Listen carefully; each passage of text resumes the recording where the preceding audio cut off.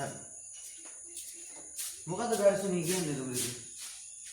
ඝර්ෂණය මොන වගේ දෙයක්ද දැන් හරි. මෙහෙමයි කතාව. හරිද? දැන් ඔයාලා දන්නවනේ. මෙහෙම හිතන්නකෝ. ඔයාලා ඔය මේ ඩෙස් අපේ පුළුවන් තල්ලු කරන්න. තල්ලු කරන්න පුළුවන් නේ. ඔයාලා දැන් අපි කියනවා පැහැසයි. පැහැසයින්ට කියනවා මේ මිටේ කියලා මෙතන ඩෙස් එකක් තියෙනවා. ඒක තල්ලුවක් ගන්න කියලා. දැන් බිම දිගේ අර ඇදලා යන්න. තල්ලුවක් ගන්න. තල්ලුවක් දානවා කිලෝමීටර් එකකට කියලා නවතිනවා කියලා කියනවා. පොඩි දුරක් යනවා කිලෝමීටර් එකකට. හරි. ඊළඟ හැරෙන්න නවතිනවා. කොහොම නවතිනවනේ අපි දන්නවනේ අනිවාර්යෙන්ම. කොහෙද තනියද නවතිනවා. මේ පොළවේ කියන්නේ එහෙම આવපුවම නවතිනවා. ඒකට හේතුව තමයි ඔන්න ඔය කියන ඝර්ෂණය කියන බලය. මොකද්ද නම? ඝර්ෂණය. ඒක තමයි උකට හේතුව. ඔය ඝර්ෂණය කියන්නේ ළමයි මේ පෘෂ්ඨයක් මත මොකක් හරි වස්තුවක් චලනය වෙන්න උත්සාහ කරද්දී ඒ චලනයට ප්‍රතිවිරුද්ධ විදිහට ඉබේම පොළව මගින් යෙදෙන බලය. මොකද්ද මම කිව්වේ? මොකක් හරි වස්තුවක් මේ පොළවක් මත තියලා චලනයක් වෙන්න උත්සාහ කරද්දී ඒ වස්තුව මත යෙදෙන කියන්නේ චලනයට ප්‍රතිරෝධී විදිහට යෙදෙන බලයට තමයි කියන්නේ මොකක්ද කියලාද? ඝර්ෂණ බලය කියලා. හරිද? දැන් උදාහරණයක් විදිහට ගන්නකො. මම මේ ඩෙස් එකක් උඩ තියලා මේ පැන්සල් පෙට්ටියක් මෙහෙම තල්ලු කරනවා. තල්ලු කරපුවාම චුට්ට දුරක් ගිහලා මොකද වෙන්නේ පැන්සල් පෙට්ටිය? නතර වෙනවා. අන්නේ නතර වීමට හේතුව තමයි ඔය මේසේ පෘෂ්ඨය මගින් ඔන්න ඔය පැන්සල් පෙට්ටිය මත යොදනවා ප්‍රතිරෝධී බලයක්. ඒ කියන්නේ යන්න එපා කියලා යොදනවා ප්‍රතිරෝධී බලයක්. අනේ ඉන්න කියලා ප්‍රතිරෝධී බලයක් යොදනවා. හරිද? එතකොට අන්න ඒකට තමයි කියන්නේ මොකක්ද කියලාද? ඝර්ෂණ බලය කියලා. ඔයාලෙන් සාමාන්‍යයෙන් ඝර්ෂණ බලය කියන්නේ මොකක්ද කියලා ඇහෙන්නේ නැහැ බොහෝ විට. හැබැයි ඔයාලට ඇහුවොත් ගලපලා ලියා ගන්න පුළුවන් වෙනවා. පැහැදිලිද? මෙන්න මෙහෙම අපිට ලියන්න පුළුවන්. යම් වස්තුවක් පෘෂ්ඨයක් මත තියලා ඉවර වෙලා දෙන්න බලන්න පොඩ්ඩක් කලබල වෙන්න. යම් වස්තුවක් පෘෂ්ඨයක් මත තියලා ඉවර වෙලා චලනය කිරීම උත්සාහ කරද්දී පෘෂ්ඨය මගින් වස්තුවේ චලිතයට ප්‍රතිරෝධී ලෙස යෙදෙන බලයට කියනවා මොකක්ද කියලාද? ඝර්ෂණ බලය කියලා. දැන් මෙහෙම හිතන්නකෝ. මේ බලන්න හරිද? මේක මම මෙහෙම වෙන්නේ නැහැ. තල්ලු ගියා නැතුණානේ. ඒ නැවතුනේ මොන බලය නිසාද? ඝර්ෂණ බලය නිසා තමයි නැවතුනේ. හරි මේ අහන්නකො. ඔයාලා හිතන්නකො ළමයි කිලෝමීටරයක් දිග මේ ටයිල් එකක් හදලා තියෙනවා. කිලෝමීටරයක් දිග ටයිල් එකක් හදලා තියෙනවා. ඔය ටයිල් එකේ කොහොමද ඔයාලා හොඳට මතක තියාගන්න. ඒ කියන්නේ ඝර්ෂණ බලය ඇති වෙන්නේ මොකක් මගින්? පෘෂ්ඨයක් මගින් තමයි ඝර්ෂණ බලය ඇති වෙන්නේ. හරිද? මොකක් මගින් ඇති වෙන්නේ? පෘෂ්ඨයක් මගින්. ඒ කියන්නේ මේ වගේ බීමක් මේසයක උඩක් ඒ වගේ තමයි ඝර්ෂණ බලය ඇති වෙන්නේ. හරිද? එතකොට අපි මෙහෙම කරනවා කියන්නකො. දැන් සාමාන්‍යයෙන් ටයිල් එකක් දැන් ඔයාලා කියන්නේ අපි හිතමුකෝ බාත් รู ම් එකක් තියෙනවා ටයිල් කරලා තියෙන්නේ. ටයිල් එකේ මොනවා වෙලා වැටෙන්න පුළුවන්ද? ලිස්සලා වැටෙන්න පුළුවන් නේද? හොඳට මතක තියාගන්න ඝර්ෂණය අඩු නිසා තමයි මොනවා වෙලා වැටෙන්නේ? ලිස්සලා වැටෙන්නේ. දැන් මෙහෙම හිතන්නකො. ඔයාලා දන්නවා ඔය දියසෙවල එහෙම බැඳෙනවනේ ඔය වැව් වල තියෙන ගල් වල ඔය වල් වල තියෙන ගල් වල මොනවද බැඳෙන්නේ? දියසෙවල බැඳෙනවා. ඒවට අඩියක් තියලා උඩ පැන පැන අතල්ලයක් ගන්න ගියොත් මොකද වෙන්නේ? ලිස්සලා වැටෙනවා. නගී ඉස්සක් ගාලා දෙනවා මටත් උනවා. හරිද? ඒ කියන්නේ මාළු බලන්න කියලා ගියා බැලුවා තමයි මාළු හම්බුණා. ඔළුව පැල්ලලා නතර වුණේ. ඉතින් වැටුණා. ලිස්සලා වැටුණා. ඒ හරි පරිස්සම් වෙන්න ඕන දැන්. ඒ කියන්නේ ඝර්ෂණය අඩු වෙන්න ලිස්සන ගතිය මොකද වෙන්නේ? වැඩි. මෙහෙම හිතන්නකෝ. ටයිල් එකක් තියෙනවා. ඒ ටයිල් එක අපි හදනවා කිලෝමීටරයක් විතර දුරට. කිලෝමීටරයක් ඕනේ නැහැ. මෙතන ඉඳලා අන්න ඉවර වෙන තැනට හදනවා කියලා හිතන්නකෝ. මීටර 10ක් 15ක්. හදලා ඉවර වෙලා අපි ඕක හොඳට තෙල් දාලා ඉවරලා තවත් ඝර්ෂණය මොකද කරන්නේ? අඩු කරනවා. ඝර්ෂණය අඩු කරනවා පුළුවන් තරම්. කියන්නේ ලිස්සන ගතිය මොකද කරන්නේ? වැඩි කරනවා. දැන් ටයිල් එකකට තෙල් ටිකක් එහෙම දාලා ඉවරලා අපිට පුළුවන් ඔයාලා දැකලා තියෙනව නේද අර මෙහෙම අත්ින් අල්ලගෙන අර ඇවිදින උපකරණ. ටෙලිසින් එකේ ඇට එහෙම දාන්න ටෙලිසින් කියලා දාන්නේ අර ඇඩ.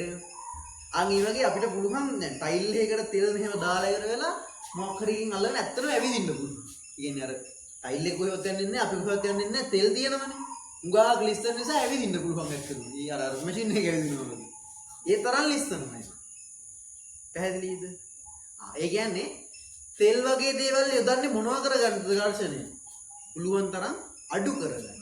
ඒ කියන්නේ ලිස්සන ගතිය වැඩි කියන්නේ සොදට ලිස්සන යනවා කියන්නේ මොකද්ද ඝර්ෂණය? අඩු. දැන් ඔයාලා දැකලා තියෙනවා හිමේ ලිස්සන යනවා දැකලා තියෙනවද? අර මෙහෙම කූරු දෙකක් වගේ දෙයක් අරගෙන ඉස්සරහ යන දැකලා ඉතින් ආයි ඝර්ෂණය අඩු පෘෂ්ඨවල තමයි ඉස්සලා යන්න පුළුවන්. දැන් සාමාන්‍යයෙන් මම මෙතෙන්ට ගිහිල්ලා මෙහෙම කරලා මේ පැන්නොත් එහෙම ලිස්සලා යනවා ගහට ඈදලා නෑ. ඇයි මේ පෘෂ්ඨවල ඝර්ෂණය මොකද? වැඩි. ඝර්ෂණය වැඩි. කියන්නේ ලිස්සන්නේ නෑ. ලිස්සනවා අඩුයි හරි. පැහැදිලිද? හැබැයි අපිට පුළුවන් නේද ළමයි මේ පෘෂ්ඨය, මේ කියන්නේ මේ සාමාන්‍ය මේ පෘෂ්ඨයටම තෙල්, සබන්, ඒ වගේ දෙයක් ෂැම්පූ එකක් එහෙම හැලිලා තියෙනවා. හරිද?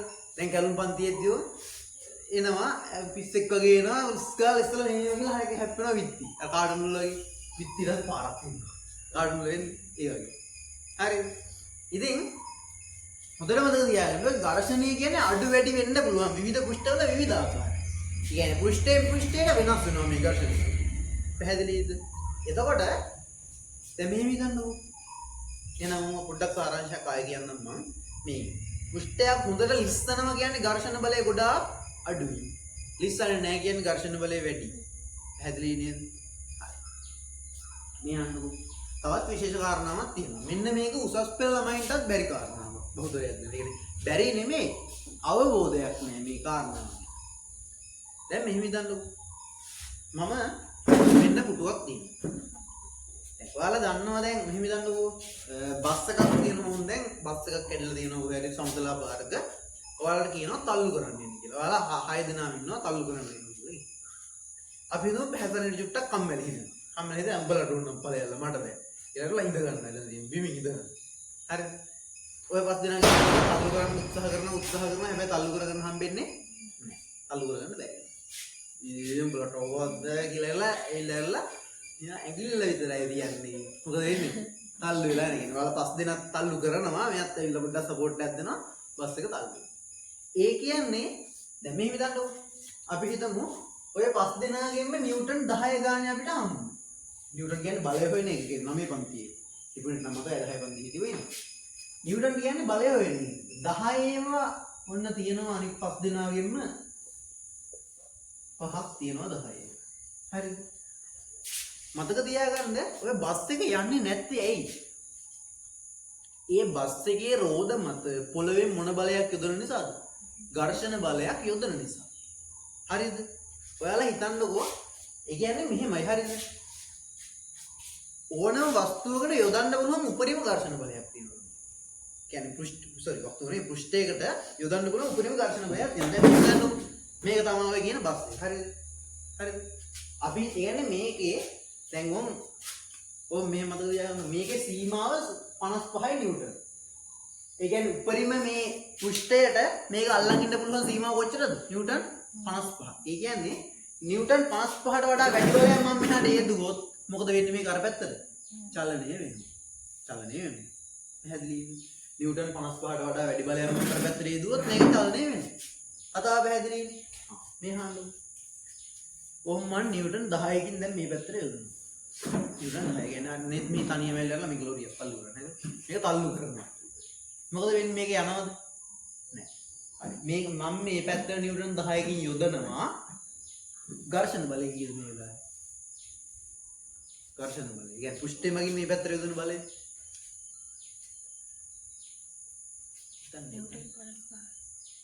නෑ. ඒ දන්නවද නෑ කියන්නේ ඕම එතන තමයි එන්නේ. අහන්න. මම මෙහාට 10ක් යොදද්දී පෘෂ්ඨය මගින් 55ක් යොදනවා. දැන් මේ විදිහට කවුද? මොකක් හරි ලොරියක් තියෙනවා නේ. පෙට්ටියක් තියෙනවා. නෙත් මේ පැත්තෙන් ගිහිල්ලා කරලා නිව්ටන් 10කින් තල්ලු කරනවා. පැහැසාරමින් අර පැත්තේ නිව්ටන් 55කින් තල්ලු කරනවා. වැඩිපුර තියෙන්නේ කොයි පැත්තටද? මෙහාට. ඒ කියන්නේ ආහාරෙන් මෙහාට තියෙන්නේ. මෙයා 10කින් තල්ලු කරනවා. මෙයා 55කින් තල්ලු කරනවා. මෙතන 10කට අතන 10ක් කැපුණාම අතන මේ පැත්තට කීයක බලයක් ඉතුරු වෙනවද? 45. එතකොට මේක කොයි පැත්තට තල්ලු වෙන්නේ? මේ පැත්තට. මම මෙහෙම නිව්ටන් 10කින් දාලා ගාගෙන ඉන්නවා. පැහැදන්නේ කියන විදිහට ඝර්ෂණ බලය 55 නම් මම මෙහෙම තල්ලු කරන් ඉතින් මේක මෙහාට තල්ලු වෙනවා. හරි. එහෙම වෙන්නේ නැහැ. එහෙනම් මේ බලන්න මේ පොයින්ට් එක ගන්න. හොඳට මතක තියාගන්න ළමයි මේ ඝර්ෂණ බලය කියන්නේ මෙන්න මෙහෙම නම. මේ බලන්න. මේක අහන්න නැතුව ඇති ගන්න. මේක නම්බර් 1 සයන්ස් ක්ලාස් වලින් විතරයි මේ වැහෙන්නේ. හරිද? එහෙමත් ඇහෙන්නේ නැහැ. හරි. මොකද්ද මේ කියවන්නේ? ස්වයං සීරු මාරු බලයකි. ඝර්ෂණ බලය කියන්නේ ස්වයං සීරු මාරු බලයක්. දැන් මෙහෙම හිතන්නකො. ඔයාලා මෙහෙමනේ. අපි හිතමු ඔයාලා දන්සලකට යනවා. දන්සලකට ගිහිලා ඉර වෙලා ඔයාලා ඕන් දැන් නැත්නම් අපි හිතමු ඔයාලා දානෙකට ගියා කියලා. කට්ටිය ඇවිල්ලා එන බෙදනවා. හරිද? උන් කිරිබත් අරගෙන එනවා. අපි හිතමු කිරිබත් දැන් දාන්නේ කිරිබත් දන්සල. කිරිබත් අරගෙන ඇවිල්ලා මෙහෙම දාන්නද කියලා අහනවා. ඔයාලා හා දාන්න කිව්වහම නේද දාන්නේ? නේද? හා දාන්න කිව්වම දාන්නේ ඉල්ලුමට සැපෙයි. එහෙමනේ. ආයේ දෙවෙනි කිරිබත් වටේ එනවා. දාන්න කිව්වම දානවා. එහෙමනේ වෙන්නේ. ඒ වගේ තමයි මේ ඝර්ෂණ බලයත්. ඒ කියන්නේ ළමයි උපරිම සීමාව. ඒ කියන්නේ මේ පෘෂ්ඨයට මෙයාව නවත්ත ගන්න පුළුවන් උපරිම සීමාව කීයද? නිව්ටන් 55. මෙන්න මෙහෙම වැඩි කරන්න මේකත් ටික අර ගන්නට මොකද වෙන්නේ? වැඩි වෙනවා.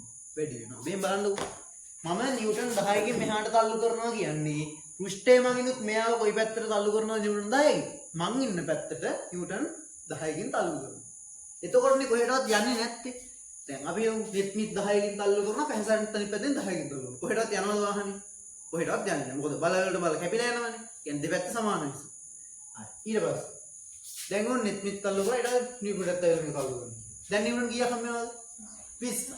දැන් මේක නිව්ටන් 20කින් මේ පැත්තට තල්ලු කරලා පෘෂ්ඨයමකින් නිව්ටන් කීයා මේ පැත්තට දානවද? 20. කොහෙටවත් යනවද මේක? නැහැ. මේක තමයි ස්වයං සීරු මාරු. ඉබේ තමා මේ ඝර්ෂණ බලය මොනවා වෙන්නේද? වැඩි වෙන්නේ. ඉබේ වැඩි වෙවි ඔය විදිහට යනවා. දැන් අර පස් දෙනාම ආපුවාම නිව්ටන් කීයක් ඇවිල්ලාද? කියන හයි කියන්නේ 50ක් ඇවිල්ලානේ. නිව්ටන් 50ක් ඇවිල්ලා. දැන් පෘෂ්ඨයම විදිහට මේ පැත්තට කොච්චරක් දානවද? 50ක් දානවා. පැහැදිලි නිව්ටන් 10කින් තල්ලු කරනවා. ඔන්න දැන් කීයක් ඇවිල්ලාද මේ පැත්තට? 60ක් ඇවිල්ලානේ. හැබැයි පෘෂ්ඨයට උපරිම දාන්න පුළුවන් කීයද? 55යි. දැන් සම්ප්‍රයුක්ත බලය. ඒ කියන්නේ බලය නිව්ටන් 5ක් ඉතුරු වෙනවා කොයි පැත්තටද? අර පැත්තට. අන්නේ නිව්ටන් 5ේ බලපෑමෙන් මොකද වෙන්නේ මේ වස්තුව? චලනය වෙන්නේ. පැහැදිලිද කතාව? හොඳට පැහැදිලිද? අවුලක් නැහැනේ.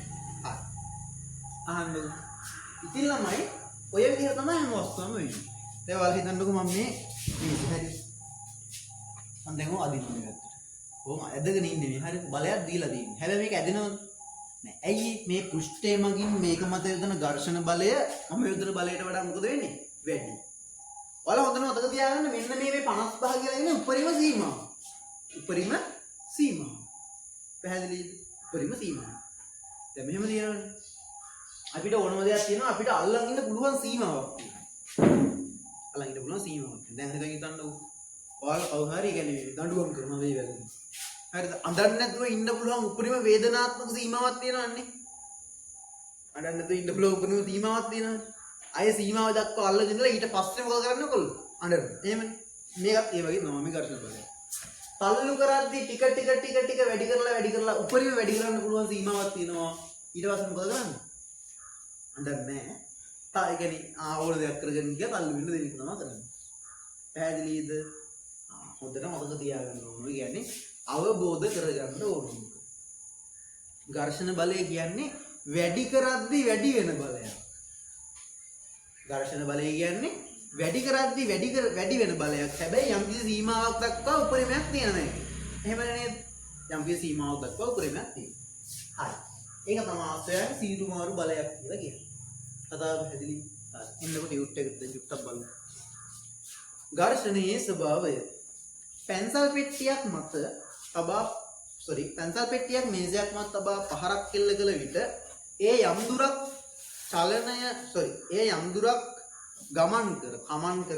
ගමන් කර කියලා හදාගන්නද? ඒ යම් දුරක් ගමන් කර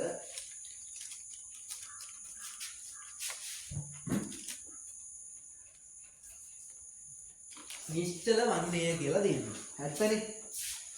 ඒ නෙමෙයි. ඒ මොකක් හරි පැන්සල් පෙට්ටියක් අරගෙන ඉන්න තල්ලු කරපුවාම ඒක ගිහිල්ලා ඇවිල්ලා ඉතින් නවතින එක නෙවෙන්නේ නේ. එයට හේතු වන්නේ මේසේ පෘෂ්ඨය මගින් පැන්සල් පෙට්ටිය මත ඇති කරන ඝර්ෂණ බලය. ඒ වාගේ හයිලයිට් කරගන්න.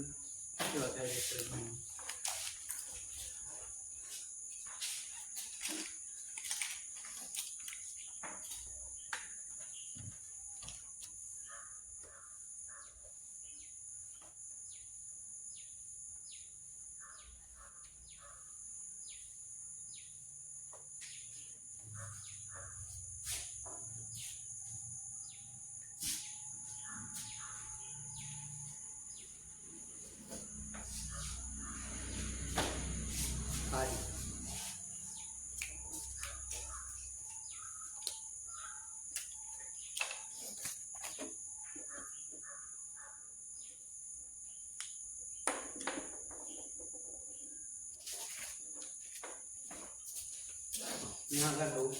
ඊට පස්සේ මෙලෙස යම් වස්තුවක් චලනය කිරීම සිදු කරන බොහෝ අවස්ථාවලදී වස්තුව චලනය වන දිශාවට ප්‍රතිවිරුද්ධ දිශාවට ඝර්ෂණ බලය ක්‍රියාත්මකයි. ඒ කියන්නේ ළමයි මෙහෙමනේ නේ. අපි බස් එකක් නැත්නම් මොකක් හරි මේ මේසයක් කියලා මේසය අර පැත්තට තල්ලු කරන්න උත්සාහ කරනවා නම් ඝර්ෂණ බලය ක්‍රියා කරන්නේ කොයි පැත්තටද? කොයි පැත්තටද? ප්‍රතිවිරුද්ධ දිශාව. මම මේ පැත්තට තල්ලු කරන්න උත්සාහ කරනවා ඝර්ෂණ බලය මේ පැත්තට තමයි ක්‍රියා කරන්නේ. පැහැදිලිද? ඒ කියන්නේ මම මේ පැත්තට තල්ලු කරන්න උත්සාහ කරාට පෘෂ්ඨය මගින් එන්න එපා මේ පැත්තට කියලා මේ පැත්තට තල්ලු කරනවා. මෙහෙම තල්ලු කරද්දී මේ පැත්තට යනවා. මම මේ පැත්තෙන් ඇවිල්ලා කරලා මෙහෙම තල්ලු කරන්න උත්සාහ කරොත් ඝර්ෂණ බලය කොයි පැත්තටද? මේ පැත්තට. පැහැදිලිද? එහෙනම් ඝර්ෂණ බලය ප්‍රතිරෝධී බලයක් කියලා පැහැදිලි නේද? දැන් ඔයාලගේ හිතේ ඝර්ෂණය ගැන මොන වගේ අදහසක්ද තියෙන්නේ? අපි හිතමු ඔයාලගේ යාළුවෙක් ගැන කවදාද යනවා කවුද යාළුවෙක් නේ කවුද රනිල් වික්‍රමසිංහ ගැන ඔයාලන් හිතේ මොන වගේ අදහසක්ද තියෙන්නේ කියලා. කොයි වගේ මිනිස්සුද කියලා. ඔගේ තමයි ඝර්ෂණය. හරි ඝර්ෂණය කියන්නේ මොන වගේ අදහසක්ද තියෙන්නේ? හොඳ බලයක්ද නරක බලයක්ද? දෙකම වගේ නේ. වෙලාවකට හොඳයි වෙලාවකට නරකයි. අච්චරයක් බලන්නකෝ. ඔන්න ඔතන තියෙනව නේද මිනිහෙක් පෙට්ටියකට ලණුවක් දාලා අදින්න. පේනවද? Friction force. ඒ කියන්නේ අදින දිශාවට ප්‍රතිවිරුද්ධ දිශාවට තියෙනවා ෆ්‍රික්ෂන් ෆෝස් ඝර්ෂණ බලය. හරිද? ඔන්න. ඒක තමයි කියන්නේ ප්‍රතිවිරුද්ධ දිශාවල තමයි ක්‍රියා කරන්නේ. හරිද? ඊළඟට ඉහත රූපයේ ආකාරයට වස්තුවක් ඇදීමට උත්සාහ කරන අවස්ථාවක් සැලකුමු. එහිදී අප කෙමෙන් බලය වැඩි කරගෙන යාමේදී යම් අවස්ථාවක වස්තුව චලනය වීම ආරම්භයි. ඔක හොඳටම තේරුම් ගන්න පුළුවන් මේ ඔය ඉන්නනේ නහට අහන්න තියෙන හරක්. හරිද? උන්ව අදින්න ගත්තාම උන් කරන්නේ මොකද? කකුල් දෙක තියලා ඉවරලා ඇද ගන්න අදින්න දෙන්නේ නැතුව අල්ලගෙන ඉන්නේ කරන්නේ. අදිනවා අල්ලන්නේ අපි බලය වැඩි කරගෙන යනවා එක්තරා මොහොතකදී උන් අතාරිනවා. අයියේ උන්ට අල්ලන් ඉන්න බැරි මොහොතේ. පැහැදිලිද? අපි તો උන්ට නිවුටන් 1000යි අල්ලන් ඉන්න පුළුවන්. අපි නිවුටන් 1001ක් කරපුවම මොකද කරන්නේ? අතහැරලා දානවා කරන්න දෙයක් නැහැ දැන්. ඒක කතාව. හරිද? ඝර්ෂණ බලය කියන්නේ මොකක්ද කියලා තියෙනවා. හරි. දැන් ලියන්න. යම් වස්තුවක්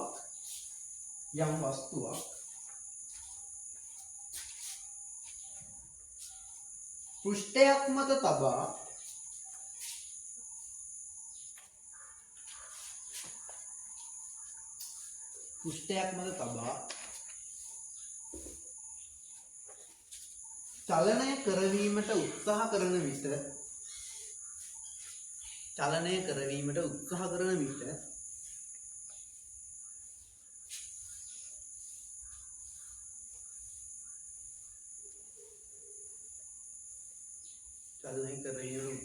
විට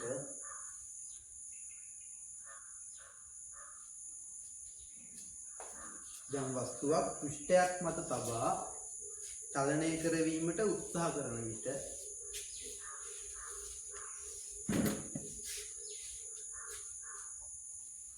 එම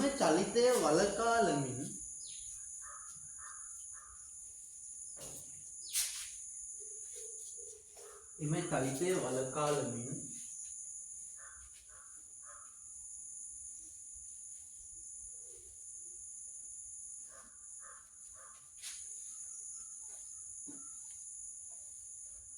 වස්තුව මත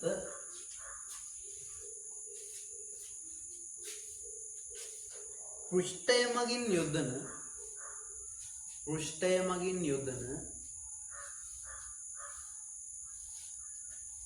මගින් යොදන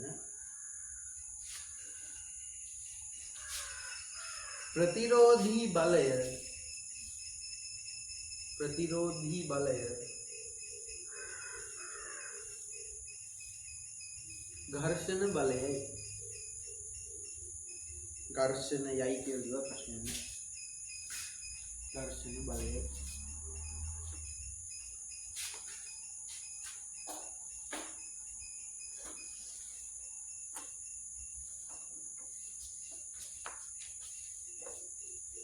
හරි මේ අහගන්න.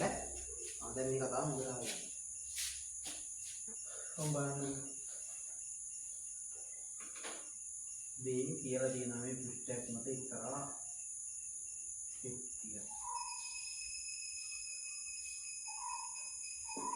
හරි මන්ද ලොගෝ ලයින් නම් මේ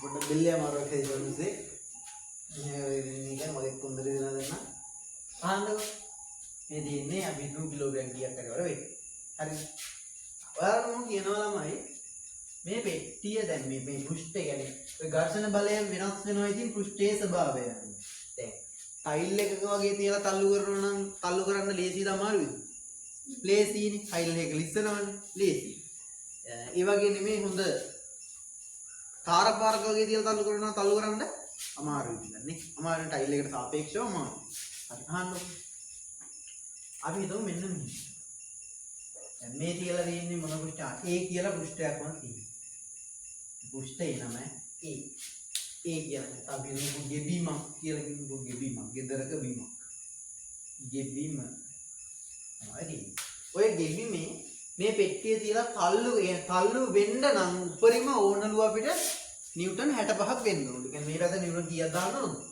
65ක්. එහෙනම් 65යි නිව්ටන් තමයි මේකේ සීමාව. හරිද? 65යි නිව්ටන් තමයි මේකේ සීමාව. පැහැදිලි නේද?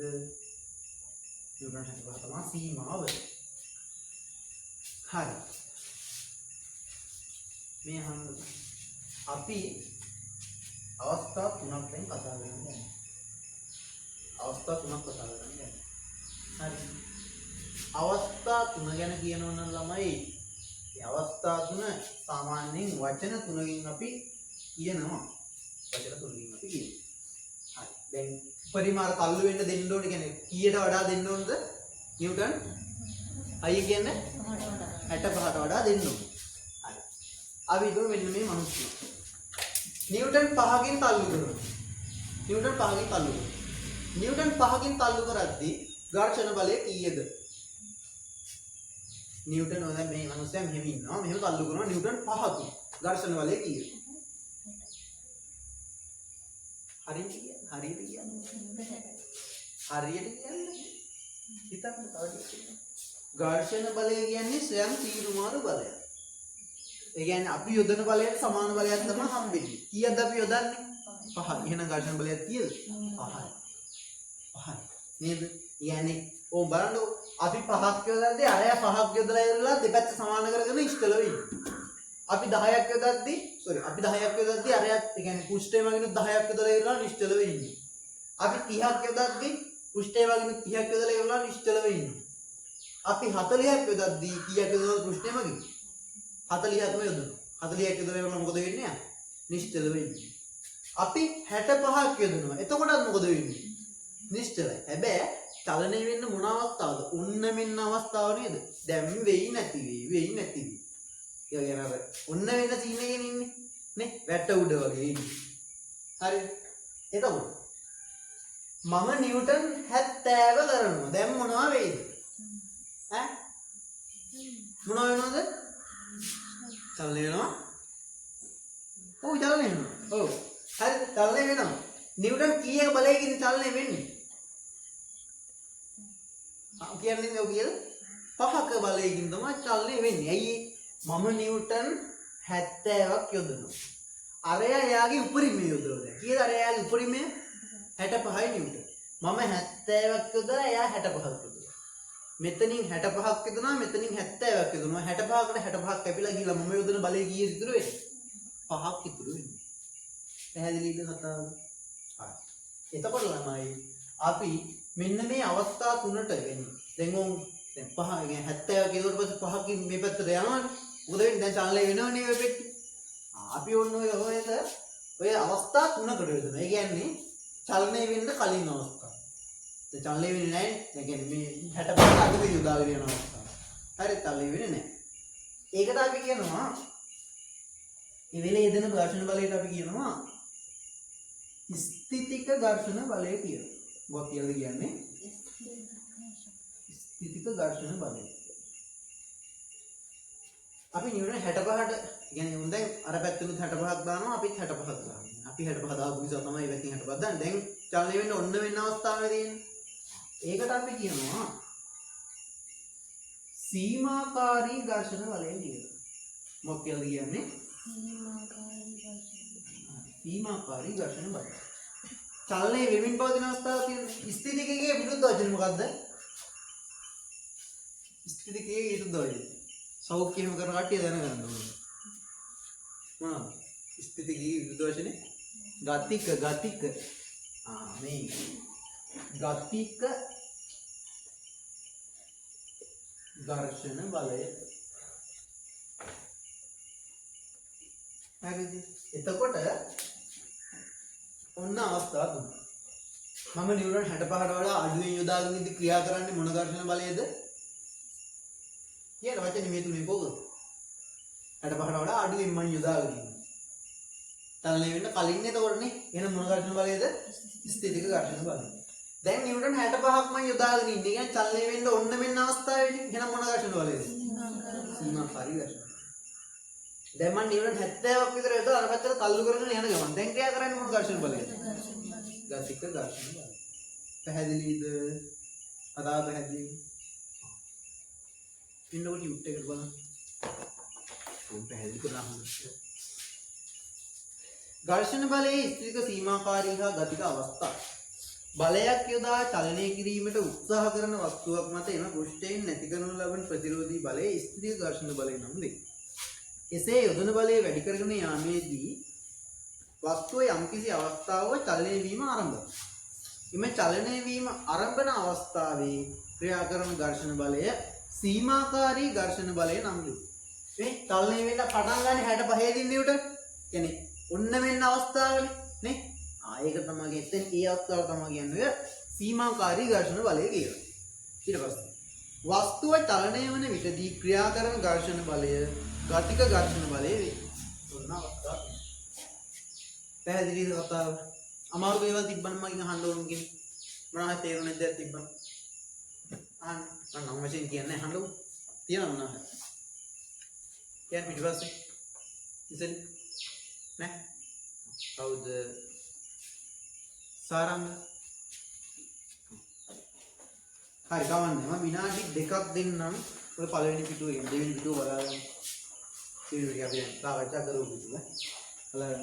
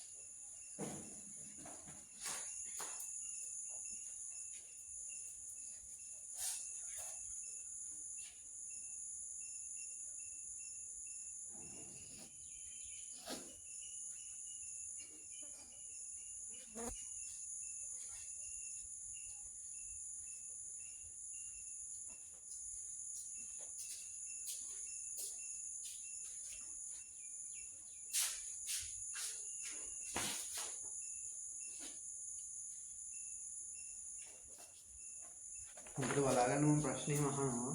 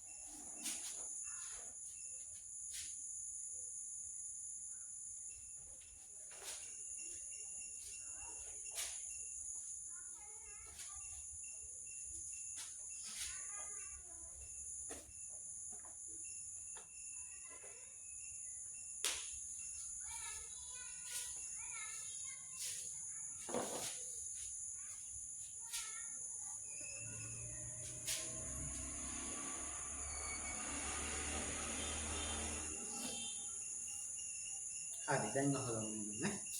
අර ඔය පැත්තකින් තියන්න. මේ මම ගණන් 6ක් දානවා 6 දෙනාට. මේ කෙනාගේ එක එක විදිහට අහන්න.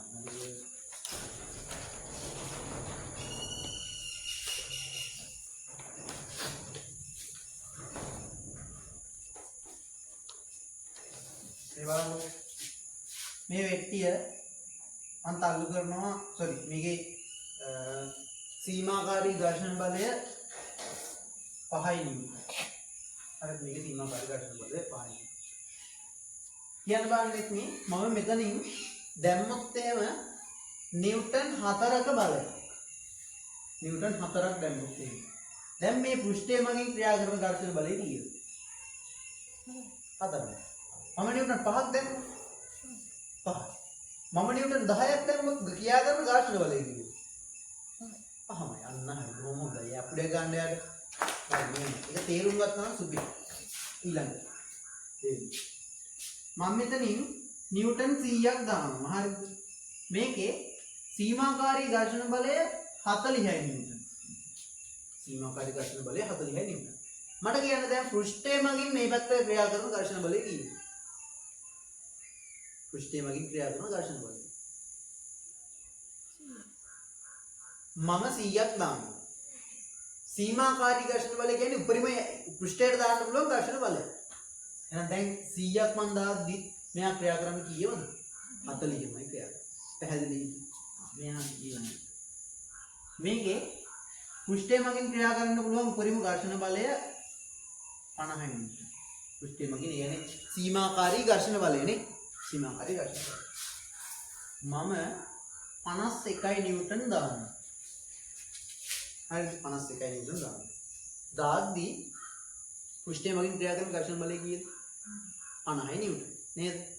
හරි. මට කියන්නකො තවත් පොඩි අමතක දෙයක් අහන්නම්කෝ. මෙහෙම තල්ලු කරද්දී දැන් තල්ලු වෙනවද නැද්ද? වෙනවා. ඇයි ඒ වෙන්නේ? දැන් ආහාරයෙන් يعني අපි 51ක් යොදනවා, ආහාරයෙන් 50ක් යොදනවා. 50කට 50ක් කැපිලා ඉවරලා අපි යොදන බලය කොච්චරක් ඉතුරු වෙලා තියෙනවද? එකක් ඉතුරු වෙලා තියෙනවා. අන්නේ 1 නිව්ටන් 1 යටතේ මොකද වෙන්නේ මේ වස්තුව? චලනය වෙන්නේ. පැහැදිලි? එහා පැත්තේ. අයි. මේකේ සීමාකාරී ඝර්ෂණ බලය 20යි නිව්ටන්. මම 10යි නිව්ටන් නෙවෙයි 11යි නිව්ටන් නේ. 11යි නිව්ටන් යොදනවා මේ පැත්තට. පෘෂ්ඨය මගින් යෙදෙන ඝර්ෂණ බලය කීයද? 11. අන්න බොහොම හොඳයි 11යි නිව්ටන්. හරි. ඊට පස්සේ මම මේක 21යි නිව්ටන් කරනවා. දැන් පෘෂ්ඨය මගින් යෙදෙන ඝර්ෂණ බලය කොච්චරද? 20. බොහොම හොඳයි. තව දෙයක් වෙනව නේද? දැන් අපි 21ක් යොදනවා හරියට 20යි යෙදෙන්නේ. يعني ඝර්ෂණ බලය උපරිම 20යි යෙදෙන්නේ. දැන් උපරිම يعني කොච්චරක් ඉතුරු වෙලාද ගමන් කරන්නේ? එකක් ඉතුරු වෙලා. අපි 21ක් යොදනවා හරියට උපරිම 20යි යොදන්න පුළුවන්. එකකින් ගමන් කරනවා. පැහැදිලිද කතාව? හරිද? පැහැදිලිද? ඊට පස්සේ උපරිම මේක يعني සීමාකාරී ඝර්ෂණ බලයෙන් සීමාකාරී ඝර්ෂණ බලය 12යි. මම යොදනවා මේ පැත්තට ඝර්ෂණ මම බලයක් යොදනවා 10.5යි. හරිද? දැන් මට කියන්න පෘෂ්ඨය මගින් යෙදෙන ඝර්ෂණ බලය කීයද? හොඳට හිතලා කියන්නේ.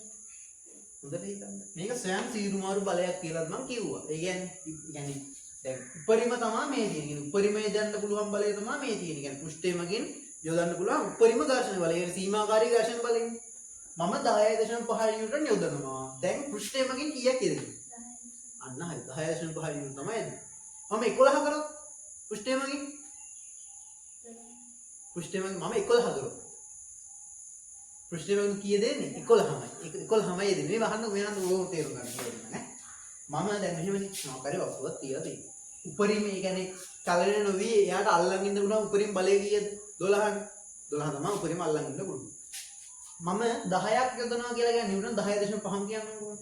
10.5ක් යොදනවා කියලා කියන්නේ අරයක් ඊසි. කියන්නේ ගේමක් නැතුව යොදාගෙන ඉන්නවා 10.5. ඇයි? එයාට අවුලක් නැහැ නේ. 12 වෙනවා උපරිම සීමාවක් තියෙනවනේ යාට. පුළුවන් ඒ සීමාව. මම 10.5ක් යොදනවා කියලා කියන්නේ පෘෂ්ඨය මගිනුත් වස්තු يعني දැන් මේසෙ කියලා ගන්නකො මේසෙත් ඔබට පුළුවන් නම් මට කොච්චරක් පුළුවන්ද කියලා මේ පැත්තට යොදාගෙන ඉන්න. හරි. මම 11ක් යොදන්න ගත්තාම තරය කීයක් යොදනවද? 11ක්. මම 11.5ක් යොදද්දි තරය කීයක් යොදනවද? 11.5. මම 12 කරපුවාමත් එයාට පුළුවන් උපරිමය තමයි එයා කරන්නේ ඔන්න 12ක් යොදාගෙන ඉන්නවා. ඒ අවස්ථාවට කිව්වා අපි මොන ඝර්ෂණ බලය කියලාද? සීමාකාරී ඝර්ෂණ බලය කියන්නේ අන්න ඒක. පැහැදිලිද? චලනය වෙන්න කලින් නම් අපි මොන ඝර්ෂණ බලය කියලා කියනවද? ස්ථිතිකනේ. ස්ථිතිකේ වචන අමතක වෙන්න පුළුවන් ටිකක් අද කියලා බලන්න. ස්ථිතික ඝර්ෂණ බලය. ඊට පස්සේ දැන් මම යොදනවා නිව්ටන් 13ක්. 13. දැන් මොකද වෙන්නේ සත්තර? ඈ? ඔව් 13 මේ දෙනවා. දැන් ඝර්ෂණ බලය කීයද? කියන්නේ පෘෂ්ඨය මගින් යොදන ඝර්ෂණ බලය. පෘෂ්ඨය මගින් යොදන්න ආයි මම මෙහෙම අහනවා. පෘෂ්ඨය මගින් යොදන්න පුළුවන් උපරිම ඝර්ෂණ බලය කීයද? 12යි. 12. මේ මම යොදන බලය මේ තියෙන්නේ උපරිම යොදන්න පුළුවන් බලය. හරි. දැන් මම 13කින් මේ පැත්තෙන් යොදනවා. හැබැයි පෘෂ්ඨය මගින් යොදන්න පුළුවන් උපරිම බලය කීයද? පෘෂ්ඨයට යොදන්න පුළුවන් බලය කීයද? 12යි.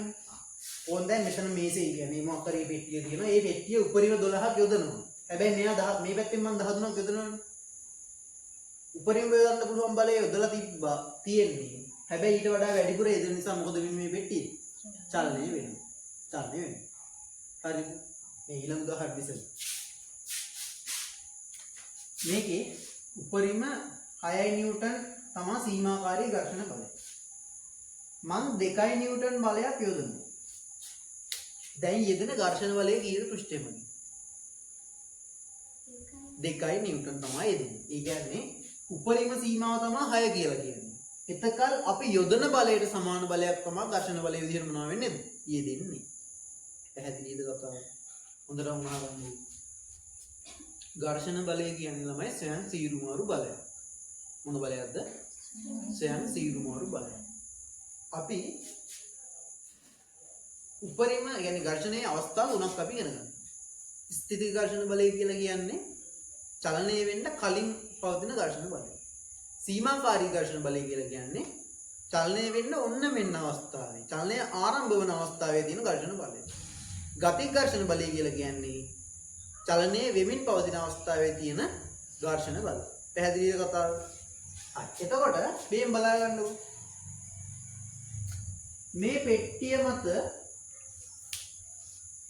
මේ පෙට්ටිය තියලා තියෙන පෘෂ්ඨයෙන් යොදන්න පුළුවන් උපරිම ඝර්ෂණ බලය. يعني මේ පෙට්ටිය මත මෙන්න මේ දිශාව මේ පැත්තට මෙහාට තල්ලු කරනවා මෙහාට යෙදෙන ඝර්ෂණ බලය.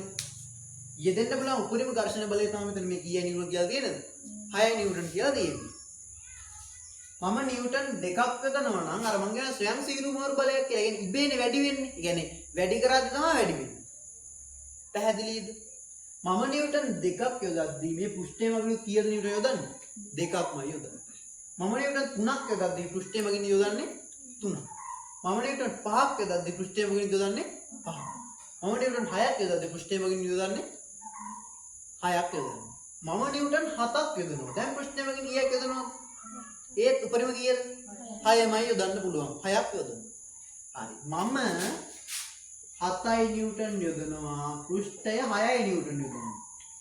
මේ 6ට මෙතනින් 6ක් කැපිලා ගියාම අර පැත්තට කොච්චර බලයක් ඉතුරු වෙනවද?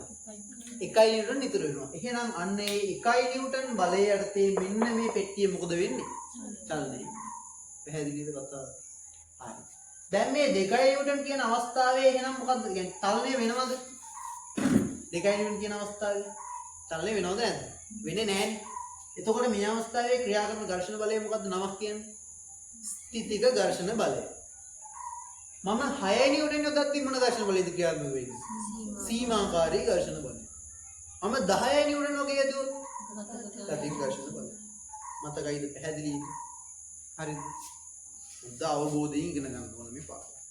අමාරු පාඩමක් නෙමෙයි. හැබැයි ගෙදර ගිහිල්ලා හොඳට බලලා ප්‍රශ්න දීපොත් මගෙන් අහලා මේ ඉගෙන ගන්න ඕන පාඩම. හරිද? හරි. දැන් ඉන්නකො එහා විදියට. දැන් බලන්න.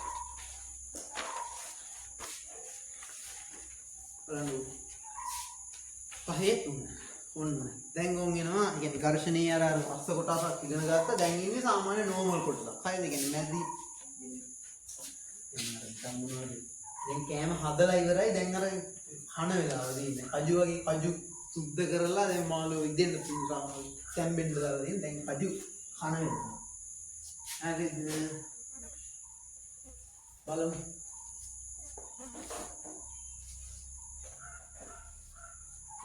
හරි. අපි ළමයි දැන් ඕනම දෙයකට බලපාන දේවල් තියෙනවානේ. මට කියන්න විවිධ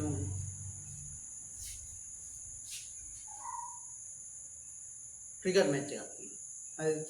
ක්‍රිකට් මැච් එකේ බෝලයක් දානවා. බෝලෙන් අර පිටිකරුවා අවුට් වෙලාම කියන්නේ දැවි යනවා. දැවි යන එකට හේතු මොනවද කියලා. මොනවද හේතු වෙන්න පුළුවන් දේවල්? මොනවද? ඌ S2 පියාගෙන ඉන්න පුළුවන්. ඒක හේතුවක් වෙන්න පුළුවන්. එහෙම නැත්නම් ඌ අරක්කු ටිකක් බීලා ඉන්න පුළුවන්. ඒක හේතුවක් වෙන්න පුළුවන්. එහෙම නැත්නම් ඌ ප්‍රැක්ටිස් කරලා මදි වෙන්න පුළුවන්. නේ? ඊට පස්සේ අර බෝලේ ගොඩාක් වේගෙන් ආව වෙන්න පුළුවන්. ඔය වගේ ගොඩක් දේවල් වෙන්න පුළුවන්. නේද? ඒ වගේ හේතු තියෙනවනේ. දැන් මේ ඝර්ෂණ බලයට බලපාන හේතු සහ බල නොපාන හේතු කියලා කතා කරන්න තියෙනවා. අපි තුනක් තමයි මෙතනදී කතා කරන්න බලාපොරොත්තු වෙන්නේ. හරි. මේ බලන්න. මෙයා බලපානවද නැද්ද කියලාවත් අපි තාම දන්නේ නැහැ. අපි කතා කරන්න යන්නේ කියන්නේ බලපායිද නැද්ද කියලා මොකද්ද වෙන්නේ කියලා කතා කරන්න යන්නේ. පළවෙනියට අපි කතා කරන ළමයි පෘෂ්ඨයේ රළු බව. මොකද කතා කරන්නේ? පෘෂ්ඨයේ රළු බව. දෙවෙනියට කතා කරනවා පෘෂ්ඨයේ වර්ධඵලය. ඒ කියන්නේ ස්පර්ශ දැන් මොකක් හරි දැන් මෙන්න මේක තියලා තියෙනවා නම් මේක මොකක් හරි යට ස්පර්ශ වෙනවනේ. අන්නේ ස්පර්ශ පෘෂ්ඨ වර්ගඵලය කියලා කියනවා අපි. මෙන්න නම් ස්පර්ශ පෘෂ්ඨ වර්ගඵලය. හරි. තුන්වෙනි එක තමයි අභිලම්බ ප්‍රතික්‍රියාව. මොකද්ද කියලා කියන්න කිව්වේ. හරි. අභිලම්බ ප්‍රතික්‍රියාව. දැන් කතාව හරිනේ. ඔතන ඔන්න තියෙනවා බලන්න ටියුට් එකට එන්නකෝ. ඝර්ෂණය කියන්නේ බලපාන සාධක පිළිබඳව දැන් අප අධ්‍යයනය කරනවා. මෙහිදී අපට සලකා බැලීම සඳහා ප්‍රධාන සාධක තුනක් ඇත. මෙයින් බලපාන සාධක සහ බල නොපාන සාධක පිළිබඳව අධ්‍යයනය කර බැලිය යුතුයි. හරි. ඔතන ඔයගොල්ලෝ කළු පෑන නිල් පෑන ඇතිනේ හැමෝගෙම නේද? මෙන්න මේ පෘෂ්ඨයේ රළු බව අභිලම්බ ප්‍රතික්‍රියාව කියන දෙක නිල් පෑනෙන් ලියන්නේ. මේක ලියාගන්න කළු පෑන. හරි. හරි. කියන විදිහම කරගන්න.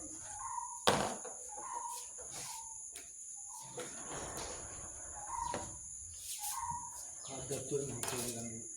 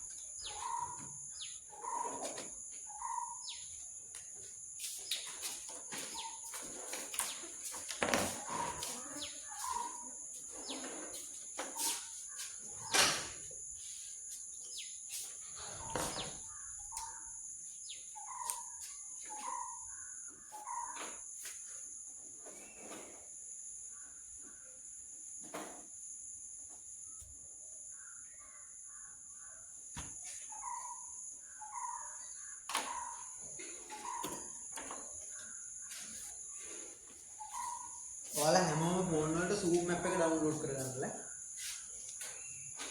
තියෙනවද තේරෙන්නේ? හැමෝම ඩවුන්ලෝඩ් කරලා තියාගන්න. ඒකද කියන්නේ.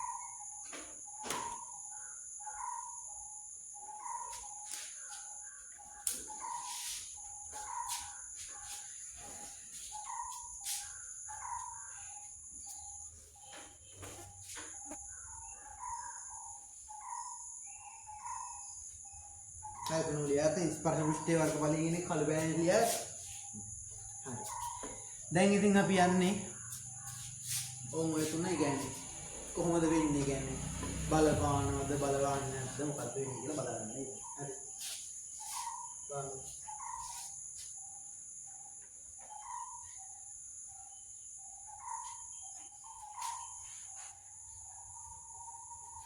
පළවෙනි එක බලනවා නම් පෘෂ්ඨයේ රළු බව.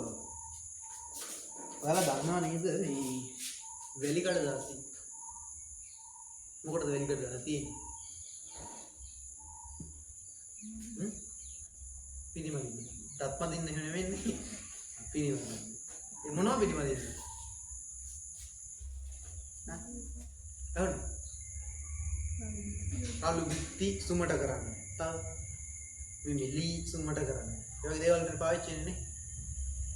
ඔයාලා අහලා ඇතිනේ ඔය වැලි කඩදාසි වර්ග තියෙනනේ. එකේ වැලි කඩදාසිය, දෙකේ වැලි කඩදාසිය. රළු බව වැඩි වෙන්න අංක වැඩි වෙනවනේ.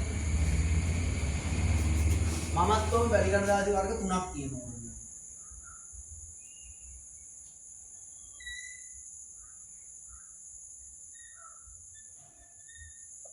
මේක එකේ වැලි කඩදාසිය, මේක දෙකේ වැලි කඩදාසිය, මේක තුනේ වැලි කඩදාසිය. හරි නේද? හරි. මෙතන රළු බව වැඩි මොකද්ද? රළු බව අඩුද? තේරෙනවනේ ගණකම වැඩි කියන රළු බව වැඩි කියලා හිතාගන්න. හරි. අපි මෙන්න මෙහෙම වැඩක් කරනවා. හරි. අපි කරන්නේ මෙතන බලන්න ක්‍රියාකාරකම් දෙක. පෘෂ්ඨයේ රළු බව කතා කරන්න තියෙනවා. ඝර්ෂණයේ පෘෂ්ඨයේ ස්වභාවය බලපෑම් පරීක්ෂා කිරීම. අවශ්‍ය ද්‍රව්‍ය බලන්නකො. නිව්ටන් 60ක් බර ලී කුට්ටියක් ඒක ලොකෝට හිතන්න එපා. නිව්ටන් තුලාවක් විතර රළු ප්‍රමාණ සහිත වැලි කඩදාසි ගිහින්. මේ අහන්නකො. මෙන්න මෙහෙම දෙයක් තියෙනවා. අපි කරන්නේ ඔන්න මේසයක් තියෙනවා. හරිද? මම මේ මේසෙම තුන් පාරක් ඇඳ ගන්නවා. මේ එකම මේසෙ ඇඳලා දෙන්නේ. හරිද? එකම මේසෙ ඇඳලා දෙන්නේ. එකම මේසෙ ඇඳලා දෙන්නේ තුන් පාරක් මේ මේසෙ ඇඳලා.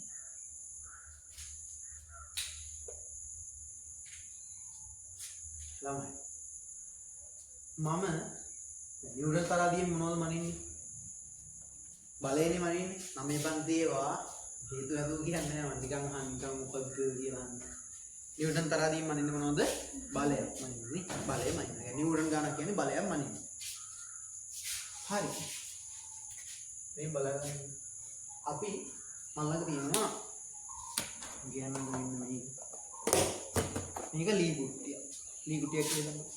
මේ ලී කුට්ටිය අරගෙන මම මෙන්න මේ එකේ වැලි කඩදාසිය තියෙනවා. ඒ කියන්නේ රළු බව අඩු මේකනේ නේ. එකේ වැලි කඩදාසිය මේකේ අතට ගහලා වෙලා මෙන්න මේ ගහලා දුන්න එකේ වැලි කඩදාසිය මේක මේ පැත්තට අදිනවා. හරිද? නිව්ටන් තරාදියෙන් අදිනවා. නිව්ටන් තරාදිය දාලා ඉන්නේ.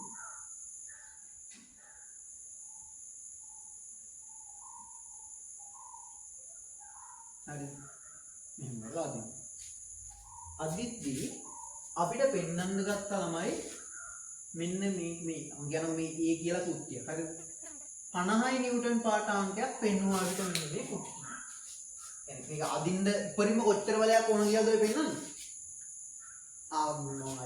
sorry පොඩ්ඩක්. මේ කුට්ටිය දැම්මම නිව්ටන් තරාදිය මෙහෙම ගහනවා. ගහලා ඉවරලා ඕන ටික අදින්න. එක්තරා අවස්ථාවක උන්න මේ කුට්ටිය මොනවා වුණාද? ඇදුණා. මේ පැතර ඇදුණා.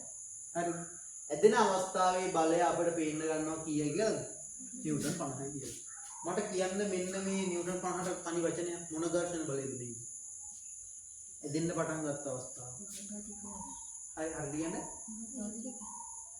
ඇදෙන්න උන්න මෙන්න අවස්ථාව සීමාකාරී ඝර්ෂණ බලය තමයි ඇති වෙලා තියෙන්නේ. හරිද? කියන්නේ ඇදෙන්න පටන් ගන්න කොතනද?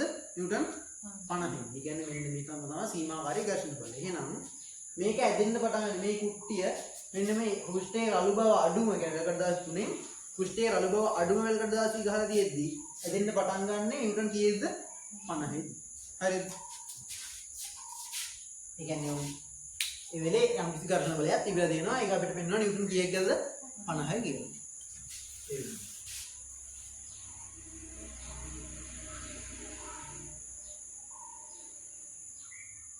අර කුට්ටියමයි මේ එකේ වැලි කඩදාසිය දාලා තියෙන්නේ. මේ දෙකේ වැලි කඩදාසිය දාලා තියෙනවා. හරිද? මේකත් අර විදිහටම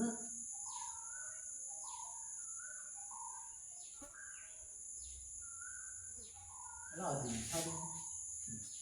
ඔයාලට තේරෙන විදිහට කියනවා දැන් මෙතන එකේ වැලි කඩදාසිය දාලා තිබ්බේ දෙවෙනි පාර දාන්නේ දැන් දෙකේ වැලි කඩදාසිය. ඒ කියන්නේ පෘෂ්ඨයේ රළු බව මෙතන වඩා මෙතන අඩුද වැඩිද? වැඩි කියන්නේ මේකේ පෘෂ්ඨය අපි රළු කරලා නෙදී රළු බව වැඩි කඩදාසියක් දැම්මම මගේ දැන් මෙතෙන්ට يعني මෙතන යම් කිසි ඝර්ෂණ බලයක් තිබ්බා. මෙතන පෘෂ්ඨය රළු වුණා කියලා කියන්නේ ඝර්ෂණ බලය වැඩිද වෙන්නේ අඩුද වෙන්නේ? කියනවා අදහස් කියන්නේ. වැඩි වෙන්නේ ඝර්ෂණ බලය. ඒක හිතනවා අපිට මොකද තියාගන්න රළු බව වැඩි කියන්නේ ඝර්ෂණ බලය වැඩි. රළු බව අඩුයි කියන්නේ ඝර්ෂණ බලය අඩුයි. ඒකනේ. දැන් ලිස්සන දැනක ඝර්ෂණ බලය නැහැනේ. දැන් ලිස්සන දැන මෙහෙම අතගාලා බැලුවොත් එහෙම නිකම්ම මුකුත් දැනෙන්නේ කියන්නේ වේදනාවක් අතර දැනෙන්නේ නැහැනේ. නේද? එතකොට මෙතනදිත් ඔන්න අපි මෙතන කේවලකට දාලා තිබ්බේ දෙවෙනි පාර දාලා දෙකේ වැලිකට දාලා තිබ්බේ. අපි මෙන්න මේ කල්ලේ වල අදින්න. ඇදගෙන අද ටික බලය වැඩි කරද්දී එක්තරා අවස්ථාවක මේක ඇදෙන්න ගන්නවා. මේ අවස්ථාව මොන ඝර්ෂණ බලය ක්‍රියා කරන්නේ? කියන්නේ නම ඇදෙන්න ඔන්න මෙන්න අවස්ථාව. සීමාකාරී ඝර්ෂණ බලය. අන්නේ අවස්ථාවේ ඇදෙන්න ඔන්න මෙන්න කියන්නේ ඇදෙන්න පටන් ගන්න අවස්ථාවේ ඝර්ෂණ බලය අපිට දැන් පෙන්වනවා 80 නිව්ටන් කියන. 80 නිව්ටන්. එහෙනම් මේ පෘෂ්ඨයේ රළු බව වැඩි කිරීමත් එක්ක ඝර්ෂණ බලය මොකද වෙලා තියෙන්නේ? වැඩි වෙලා. ඒ කියන්නේ සීමාකාරී ඝර්ෂණ බලය වැඩි වෙලා කියන එක අපි සමස්තයක් වශයෙන් කියමු. සේරම වැඩි වෙන්න ඕනේ නේද? ඕනේ නේද? සීමාකාරී ඝර්ෂණ බලය වැඩි වෙනවා කියන්නේ. එහෙනම් පෘෂ්ඨයේ රළු බව වැඩි කරන්න මොකද මේ වෙලා තියෙන්නේ? ඝර්ෂණ බලය වැඩි වෙනවා. එහෙනම් පෘෂ්ඨයේ රළු බව මොකේට බලපානවද? ඝර්ෂණ බලය කෙරෙහි බලපානවා. පෘෂ්ඨයේ රළු බව මොකේට බලපානවද? ඝර්ෂණ බලය කෙරෙහි බලපානවා. පැහැදිලිද කතාව? ඊළඟට මම ඔන්න දැන් තුනේ වැලිකට 16ක් දානවා. හරි තුනේ වැලිකට 16ක් දාලා ඉවරලා මේ කුට්ටියෝ අදින්න.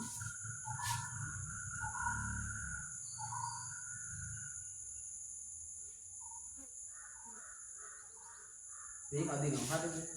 දැන් ඔයාලට තේරෙන විදිහට කියන්නකො මේ දැන් තුනේ වැලිකට 16 කියන රළු බව වැඩි වැලිකට 16 තුනේ දාලා තියෙන්නේ. එහෙම නේද? මෙතනදී මේ දෙකටම වඩා මේකේ කියන්නේ මේක ඇදෙන්න පටන් ගද්දි يعني කුට්ටිය මෙහෙම අපි ඔම අදිනවා. මේක ඇදෙන්න පටන් ගද්දි පාඨාංකය මේ දෙකටම වඩා මොකද වෙන්නේ? වැඩි වෙනවා. ඇයි රළු බව මොකද වෙලා තියෙන්නේ? වැඩි වෙනවා. රළු බව වැඩි වෙලා නිසා මේක ඇදෙන්න දෙන්න ඕනේ බලයක් මොනවා වෙලාද? වැඩි වෙනවා. වැඩි. එහෙනම් අපි හිතමු එතන ඔන්න 110යි විදියට. එහෙනම් ළමයි ඔයාලට මෙතනින් තේරුම් ගන්න ඕනේ තමයි පෘෂ්ඨයේ රළු බව වැඩි වීමත් සමග ඝර්ෂණ බලය මොකද වෙන්නේ? වැඩි වෙනවා. සමස්තයක් විදිහට ඔයාලට මේක තේරුම් ගන්න අවශ්‍ය කෙනෙක්. මතක තියාගන්න ඕනේ දේ තමයි පෘෂ්ඨයේ රළු බව මොකේට බලපානවද? ඝර්ෂණ බලයට බලපානවා. පැහැදිලිද? දැන් ඉන්න බලන්න. ඔතන තියෙනවා ක්‍රියාකාරකම දෙකේ රූපයට පහලින් කියනවා සිස්ටම් සෝල්ඩ් එක. එතන ලියන්න පෘෂ්ඨයේ රළු බව වැඩි කරන විට පෘෂ්ඨයේ රළු බව වැඩි කරන විට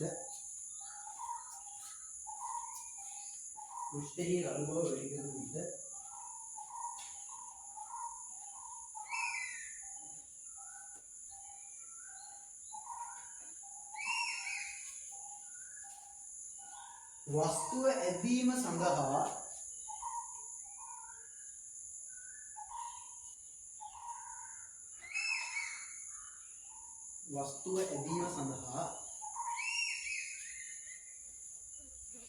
යෙදිය යුතු බලයද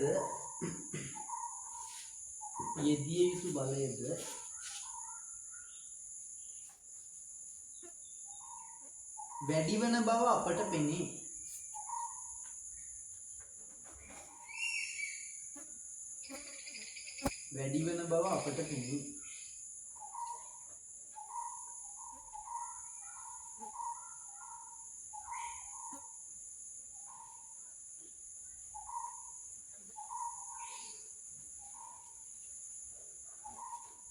එනම් ඝර්ෂණ බලය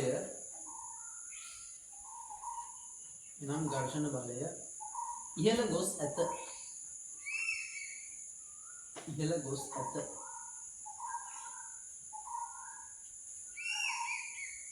ඊළඟට පාලින් දියරන්නේ ඒ අනුව කියලා. ඒ අනුව කියලා තියෙනවා. ඒ අනුව කියලා තියෙන දේ ලියන්න.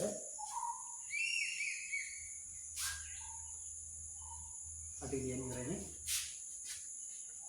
හරි. ඒ අනුව කියලා තියෙන ලියන්න. ඝර්ෂණය කෙරෙහි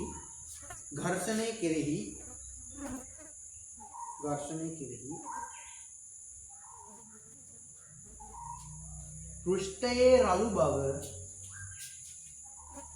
රළු බව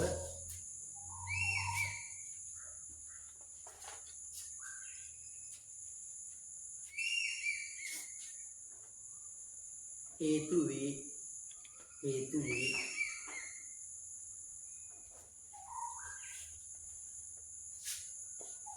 හරිද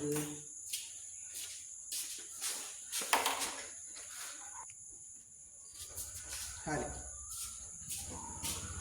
එහම ඊළඟ කොටස ටුටාව බලාගන්න මම බෝඩ් එක මොකද මේ රූපටියක් තියෙන අඳගන්න දැන් කතා කරලා බලන්න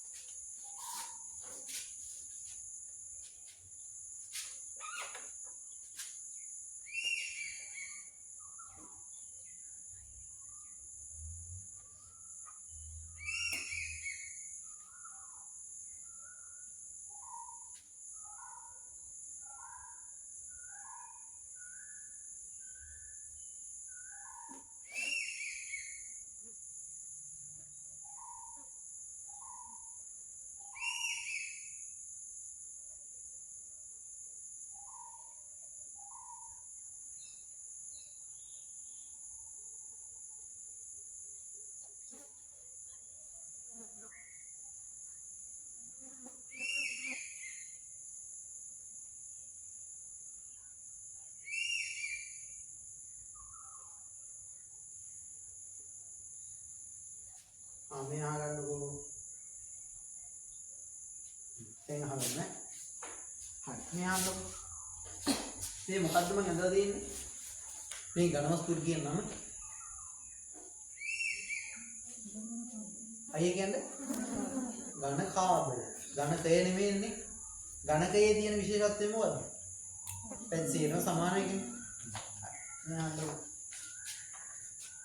මම මේ පිටින් වැඩක් කරනවා දැන් ඔයාලා තේරෙනවා මේ ඝනකාභයේ මේ පැත්ත සීනයි යට පැත්තත් මොකක්ද තියෙන්නේ කියන්නේ පුෂ්ඨයේ ස්පර්ශ වෙලා තියෙන පැත්ත මොකද්ද සීමයි මෙතනත් V නම් උඩ තියෙන්නේ යට තියෙන්නේ B උඩ A නම් මෙතනත් යට A ඒ කියන්නේ මේ පෘෂ්ඨ තුන වෙන වෙනම පොළවේ හිටින්නේ තියලා තියෙන්නේ නේ මම කරන්නේ ඔන්න මෙතනින් මාව කරලනුවක් දාගෙන කොහොම හරි දුනු තරාදී අරගෙන මේකෙන් ඔන්න අදින්න උත්සාහ කරනවා හරි කොහොම අදින්න උත්සාහ කරද්දී එක්තරා අවස්ථාවක මේක මොන වෙනවද එක්තරා අවස්ථාවක අදින්න උත්සාහ කරනවා ඇදෙනවා කියන්නේ වචන කියන්නේ මොකද ඇදෙනවා ආන්ගේ ඇදෙද්දී මේ දුරදරාදී පාඨාංකය අපිට පෙන්නනවා 47යි නිව්ටන් කියලා ඒ වුණ කීයක් පෙන්නනවද 47යි නිව්ටන් හරි ඒකින් අපි ගලවගමු හරි දැන් මොන කුෂ්ඨයේද පහළ තිබ්බේ पृष्ठे मुखात स्पर्श වෙලා තිබේ පොළවත් එක්ක C පෘෂ්ඨයෙන් දැන් මෙතනදී ස්पर्श වෙලා තියෙන පොළවත් එක්ක B පෘෂ්ඨය. මේ උඩේ බලකින් මේ B පෘෂ්ඨය තමයි ස්पर्श වෙලා තියෙන්නේ. මම කරන්නේ ඒකටත් මේ විදිහට අර දුරු තරාගේ දාලා ඉවරලා මෙන්න අදින්න ගන්න. හරි. මෙතනින් ඇදෙන ටික බලය වැඩි කරගෙන යනවා වැඩි කරගෙන ගිහලා ඔන්න මේක ඇදෙන අවස්ථාවේ එතනත් අපිට පේන්න ගන්නවා නිව්ටන් 47මයි මේක ඇදෙන්නත් අවශ්‍ය වෙලා තියෙන්නේ මේ ඇදෙන්න ඔන්න වෙන අවස්ථාවේදී ඒතකොට ක්‍රියාකරන ඝර්ෂණ බලය මොකද්ද මොන ඝර්ෂණ බලයද ක්‍රියා කරන්නේ අයියෙන් කියන්නේ සීමාකාරී ඝර්ෂණ බලය තමයි ක්‍රියා කරන්නේ දැන් B පෘෂ්ඨයේ තියෙද්දි B පෘෂ්ඨයේ පොළවත් එක්ක ස්පර්ශ වෙලා තියෙද්දි ඒ දිනු සිද්ධ වෙනවා දැන් අපි A පෘෂ්ඨයේ පොළවත් එක්ක ස්පර්ශ වෙන්න තියලා තියෙනවා A පෘෂ්ඨය. දැන් අපි ඔන්න මෙතනින් තුන තරාදී දාලා අදින්න ගන්නවා. ඒ අදින්න ගත්ත මෙන්න පෙන්වන්න ගන්නවා අපිට නිව්ටන් 47. ඒ කියන්නේ ළමයි බලන්නකො අපි සැරෙන් සැරේ පෘෂ්ඨ දැම්ම. මේ පෘෂ්ඨයට වඩා මේ පෘෂ්ඨයේ වර්ගඵලය මොකද වෙලාද? ඊට වඩා B පෘෂ්ඨයේ වර්ගඵලය අඩුද වැඩිද? වර්ගඵලය කියන්නේ. මේ වගේ මේ පෘෂ්ඨයේද වර්ගඵලය වැඩි මේ පෘෂ්ඨයේද? මේ පෘෂ්ඨයේනේ. අය වගේ තමයි මෙතනත් මේ පෘෂ්ඨයට වඩා මේ පෘෂ්ඨයේ වර්ගඵලය අඩුයි නේද? අපි බලන්නකො. B පෘෂ්ඨය පොළවත් එක්ක ස්පර්ශ වෙලා තියෙද්දි A පෘෂ්ඨය පොළවත් එක්ක කියන්නේ E මෙතන නම් මෙතනත් යට තේනේ. A පෘෂ්ඨය පොළවත් එක්ක ස්පර්ශ වෙලා තියෙද්දි දෙව අවස්ථා දෙකේදීම ඝර්ෂණ බලය මොකද වෙලා තියෙන්නේ? සමානයි. එකමයි ඝර්ෂණ බලය. ඝර්ෂණ බලය සමානයි. මේ අවස්ථා තුනේදී සමාන වෙලා නේද? ඒ කියන්නේ පොළවත් එක්ක ස්පර්ශ වෙලා තියෙන පෘෂ්ඨ වර්ගඵල සමාන නෑ වෙනස්. හැබැයි මේක අදින්න ඕන ඝර්ෂණ බලයන් අවස්ථා තුනේදී මොකද වෙලා තියෙන්නේ? සමානයි. ඒ කියන්නේ ස්පර්ශ පෘෂ්ඨවල වර්ගඵල කියන්නේ පොළවත් එක්ක ස්පර්ශ වෙන පොළවත් එක්ක ගෑවෙන පෘෂ්ඨවල වර්ගඵලය වෙනස් වුණාට ඝර්ෂණ බලයේ බලපෑමක් වෙලා තියෙනවද? නැහැ. ඝර්ෂණ බලයේ නියතව තිබිලා තියෙනවා ස්පර්ශ පෘෂ්ඨවල වර්ගඵලය වෙනස් වුණාට. පැහැදිලිද? එහෙනම් ඔන්න ඝර්ෂණ බලයට බලපෑවා ස්පර්ශ පෘෂ්ඨවල රළු බව. දැන් අපි කතා කරපු ස්පර්ශ පෘෂ්ඨවල වර්ගඵලය බලපාන්නේ නැහැ. ස්පර්ශ පෘෂ්ඨවල වර්ගඵලය බලපාන්නේ නැහැ. පැහැදිලිද? එහෙනම් ඔන්න බලන්න. ඔතෙන් දෙන්න බලන්න. වස්තුවේ ස්පර්ශ පෘෂ්ඨවල වර්ගඵලය. ඝර්ෂණය කෙරෙහි ස්පර්ශ පෘෂ්ඨවල වර්ගඵලයේ බලපෑම පරීක්ෂා කිරීම. බලන්න ඔය අවස්ථා තුනේදී අපි කරපු විදිහටම කරලා තියෙනවා. හරි. දැන් ඔන්න එහෙනම් බලන්නකො. එහෙනම් ඔයාලට පැහැදිලි නේද? මොන වර්ගඵලය සහිත මේසය මොන වර්ගඵලයේ සහිත පෘෂ්ඨයේ මේසය මත ගෑවිලා තිබ්බත් මේකේ මේ යොදන්න ඕන බලය මොකද වෙලා තියෙන අවස්ථා තුනේදීම සමානයි. ඒක පැහැදිලිද? අවස්ථා තුනේදීම සමානයි. අනේ ඕක කියලා හරි ඉවර අදින් තීරුණා කියලා. ඒක නැත්නම් තීරුණා කියලා දෙන්නවා. හරිද? එතකොට එහෙනම් මේ අවස්ථා තුනේදීම සීමාකාරී ඝර්ෂණ බලය මොකද වෙලා තියෙන්නේ? සමානයි. සමාන වෙලානේ තියෙන්නේ. නේද? ඒ කියන්නේ ස්පර්ශ පෘෂ්ඨවල වර්ගඵලයේ අඩු වැඩි වීම ඝර්ෂණ බලයේ කිරි බලපාන්නේ නැහැ. ඝර්ෂණ බලයේ කිරි බලපාන්නේ නැහැ. එහෙනම් අපි දැන් දෙකක් කතා කරා. ස්පර්ශ පෘෂ්ඨවල රළු බව බලපානවද නැද්ද? ඝර්ෂණ බලයේ බලපානවා. එතකොට ස්පර්ශ පෘෂ්ඨවල වර්ගඵලයේ බලපානවද? නැහැ. එහෙනම් ඔන්න පළවෙනිට කතා කරපු එක බලපෑවා, දෙවෙනිට කතා කරපු එක බලපෑවේ නැහැ. දැන් ඔතන ලියමු රූල් ටිකේ ලියන්න. කවර වර්ගඵලයේ සහිත පෘෂ්ඨ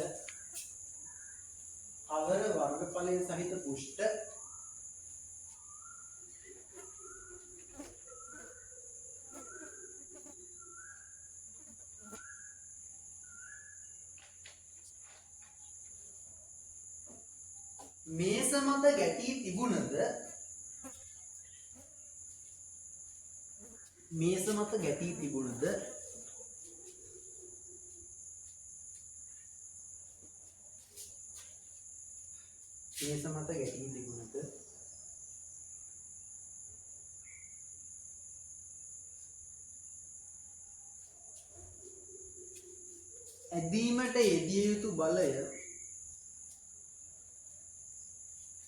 ඇදීමට යෙදිය යුතු බලය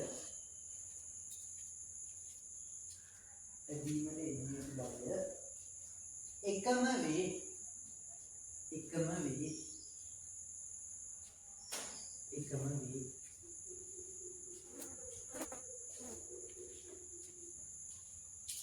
වෙන පාඩ පෑන කිල්ලියන්ද? එනම් සීමාකාරී ඝර්ෂණ බලය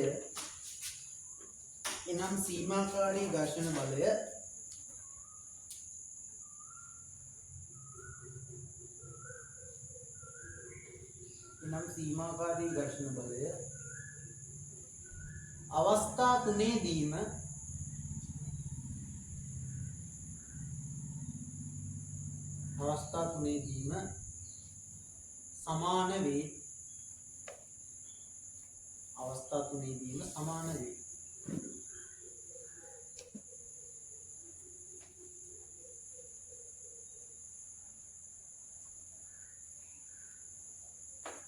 හරි. ඒ අනුව කියලා තියෙනව නේද? එතන ලියන්න කර කලින් ලියපු පාඩම වෙන්නේ. පැර වෙනස් කරන්න නැතුව සාමාන්‍ය ලියන්න. ස්පර්ශ පෘෂ්ඨවල වර්ගඵලය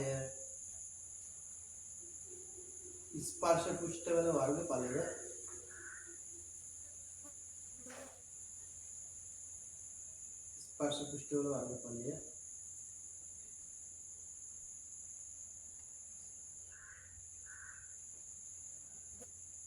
ඝර්ෂණය කෙරෙහි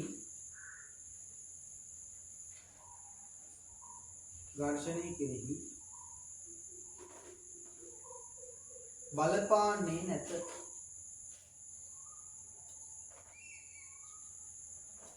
ඝර්ෂණය කෙරෙහි බලපාන්නේ නැත. හරිද?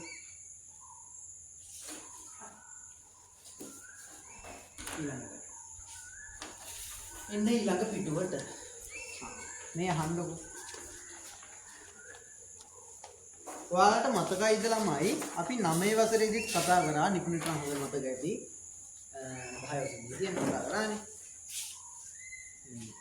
ස්කන්ධය දුන්නොත් එහෙම අපිට ඒකේ බර කියන්න පුළුවන්. මේ අහන්නකො මේ බලන්න.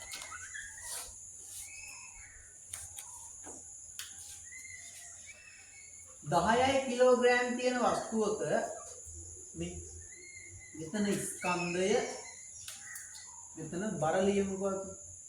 මොකද කරන්න ඕනේ? බර කියන්න 10න් මොනව කරන්න ඕනද? ಗುಣ කරන්න ඕනේ. 10ට බිඳුවක් ස්කන්ධය කිලෝග්‍රෑම් 1යි නම් 10යි නිව්ටන් බරක් තියෙන්නේ. 10න් ගුණ කරන්න තියෙන්නේ. 1.1 කිලෝග්‍රෑම් නම් මේක 10න් ගුණ කරපුවාම 11යි නිව්ටන්. මේක ඔය විදිහට නෑ දෙන්නේ. 27 කිලෝග්‍රෑම් නම් බර අපිට පුළුවන් 270යි නිව්ටන් කියලා. ඔය විදිහට 10න් ගුණ කරලා ගන්න පුළුවන්. ඒ වගේ තමයි මේක ස්කන්ධය බර කරන්න 10න් ගුණ කරනවා නම් බර ස්කන්ධය කරන්න 10න් මොනව කරනවද? බෙදනවා. කියන්නේ අරකට කලින් කරපු එක අනිත් පැත්ත කරන්න දෙයි. පැහැදිලි? හරි. මේ අභිලම්බ ප්‍රතික්‍රියාව කියන්නේ ඝර්ෂණය කිරී අභිලම්බ ප්‍රතික්‍රියාවගේ බලපෑමනේ අපි කතා කරන්න යන්නේ. මේ අහන්නකො.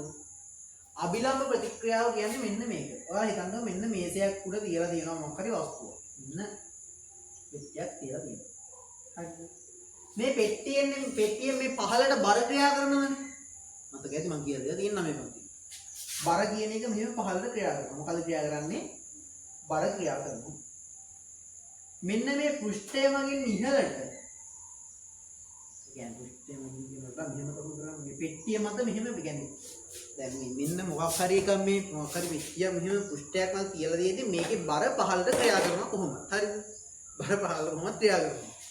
මේ පෘෂ්ඨය මගින් මේ පෙට්ටිය මත ඊට සමාන බලයක් මොනවා විදිහට ක්‍රියා කරනවද? අන්න ඒක තමයි කියන්නේ මොකක් කියලාද? අභිලම්බ ප්‍රතික්‍රියාව. මොකක් කියලාද කියන්නේ? අභිලම්බ ප්‍රතික්‍රියාව. අභිලම්බ ප්‍රතික්‍රියාව. හරිද? ඔයාලා දැනට මෙහෙම මතක තියාගන්නකො. අභිලම්බ ප්‍රතික්‍රියාව බරට සමානයි. බරට සමානයි. මේ බලන්නකො. එකට වඩා 10 වැඩි නේද? ස්කන්ධය කිලෝග්‍රෑම් එකට වඩා කිලෝග්‍රෑම් 10 වැඩි නේ. ඉතින් ඒ ස්කන්ධයේ වැඩි වෙති බරත් මොකද වෙලා තියෙන්නේ? වැඩි වෙලානේ. බරත් වැඩි වෙනවා. හොඳට මතක තියාගන්න.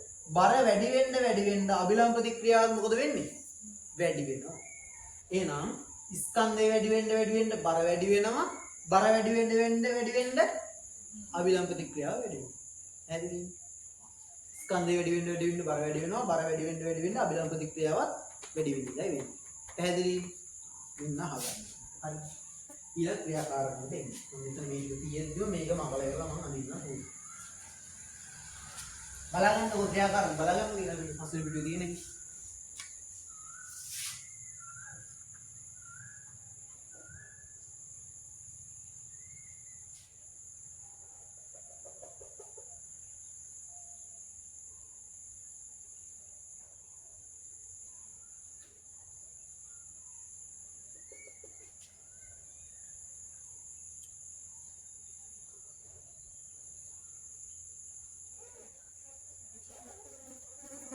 හරි නේද?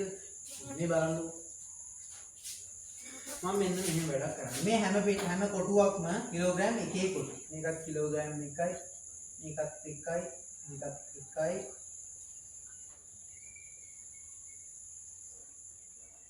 ඔවා කිලෝග්‍රෑම් 1. හරිද? මෙතන ඔය කොටුවක් තියෙනවා. හරි. මම කරන්නේ මේ කුෂ්ඨය උඩ තියලා තියෙන්නේ. මෙතෙන්ට මම නිව්ටන් තරාදියක් දාලා ඉවර වෙලා මෙන්න මෙහෙම කරලා මෙහෙම අදින්න. හරිද? අදිද්දි අපි හිතමුකෝ දැන් ඔයාලා දන්නවනේ මේකේ ස්කන්ධය මේ මෙතන ස්කන්ධය කිලෝග්‍රෑම් එකයි මෙතන සම්පූර්ණ ස්කන්ධය කිලෝග්‍රෑම් 2යි. මෙතන සම්පූර්ණ ස්කන්ධය කිලෝග්‍රෑම් 3යි. එහෙමනේ වැඩි වෙලා තියෙන්නේ. මෙතන ලියන්න මෙහෙම දාලා ඉවරලා මෙහෙම දැන් ටික බලය වැඩි කරනවා. බලය වැඩි කරද්දී එක්තරා අවස්ථාවක මොකද වෙන්නේ මේ ස්කන්ධය? මට අර පැත්තට මොනව වෙන්න ගන්නවද? ඇදෙනවනේ. ආන්ගේ ඇදෙන අවස්ථාවේ ස්කන්ධය පෙන්නනවලු නිව්ටන් 10ක්. නිව්ටන් 10ක් වෙනවා. හරි. නිව්ටන් 10ක්. හරි. එතෙන් දැන් මෙතෙන්ට මුගක්. ඊට පස්සේ ඔන්න මේක. මෙතනක් කොහොම හරි මේ ස්කන්ධ දෙක සම්බන්ධ කරලා තියෙන අය ගැලවෙන්නේ නැති වෙන්නේ. හරි. ඩබල් ටේප් ගාලා හරි සුපර් ග්ලූ ගාලා හරි කොහොම හරි සම්බන්ධ කරලා දෙන්න. හරි. මෙතනිනුත් ඔන්න අපි අර දුනුතරාදිය දාලා ඉවර වෙලා අදින්න. අදිද්දි මොකද වෙන්නේ එක්තරා අවස්ථාවක? මොකද වෙන්නේ? ඇදෙනවා. ඒ කියන්නේ ඇදෙන්න පටන් ගන්නවානේ. ඒ අවස්ථාවේ ක්‍රියා කරන ඝර්ෂණ බලයට නම කියමු මොකද්ද? සීමාකාරී ඝර්ෂණ බලය. අන්නේ සීමාකාරී අවස්ථාවේදී අපිට පේන්න ගන්නවා මෙන්න මේ දුනුතරාදියේ පාඨාංකය නිව්ටන් 20යි කියන. නිව්ටන් කීය කියලාද? 20යි කියන. හරිද? ඊට පස්සේ ඊළඟ වැඩි. දැන් අපි අර මෙතනදී කිලෝග්‍රෑම් දැන් මෙතනදී ස්කන්ධය කියන්නේ ස්කන්ධය මෙතන. අයියෙන් කියන්නේ කිලෝග්‍රෑම් එකයි කියන්නේ. කිලෝග්‍රෑම් එකයි. මෙතන ස්කන්ධය කිලෝග්‍රෑම් එකයි කියන්නේ බර කීයද? 10යි. මොනවද? නිව්ටන්. බර 10යි නිව්ටන් කියන්නේ බරට සමානයි මොකද්ද? අභිලම්බ ප්‍රතික්‍රියාව. මෙතනදී අභිලම්බ ප්‍රතික්‍රියාව කීයද? කීයද? කීය බලලා හරියින් 10යි නිව්ටන්. මෙන්න එහෙම 10යි නිව්ටන්. මම අභිලම්බ ප්‍රතික්‍රියාවට R කියලා සාමාන්‍ය භෞතික විද්‍යාවේදී පෙන්නනවා. ඒ නිසා මම R සමානයි 10යි නිව්ටන් කියලා දැන්. ඒක කියන්න R අභිලම්බ ප්‍රතික්‍රියාව. හරි. මෙතනදී කිලෝග්‍රෑම් කීයක්ද ඇදෙන්නේ? 2ක්. මෙතන මේ 10 නෙමෙයි මම දාන 100. මෙතන 200 දාන්න.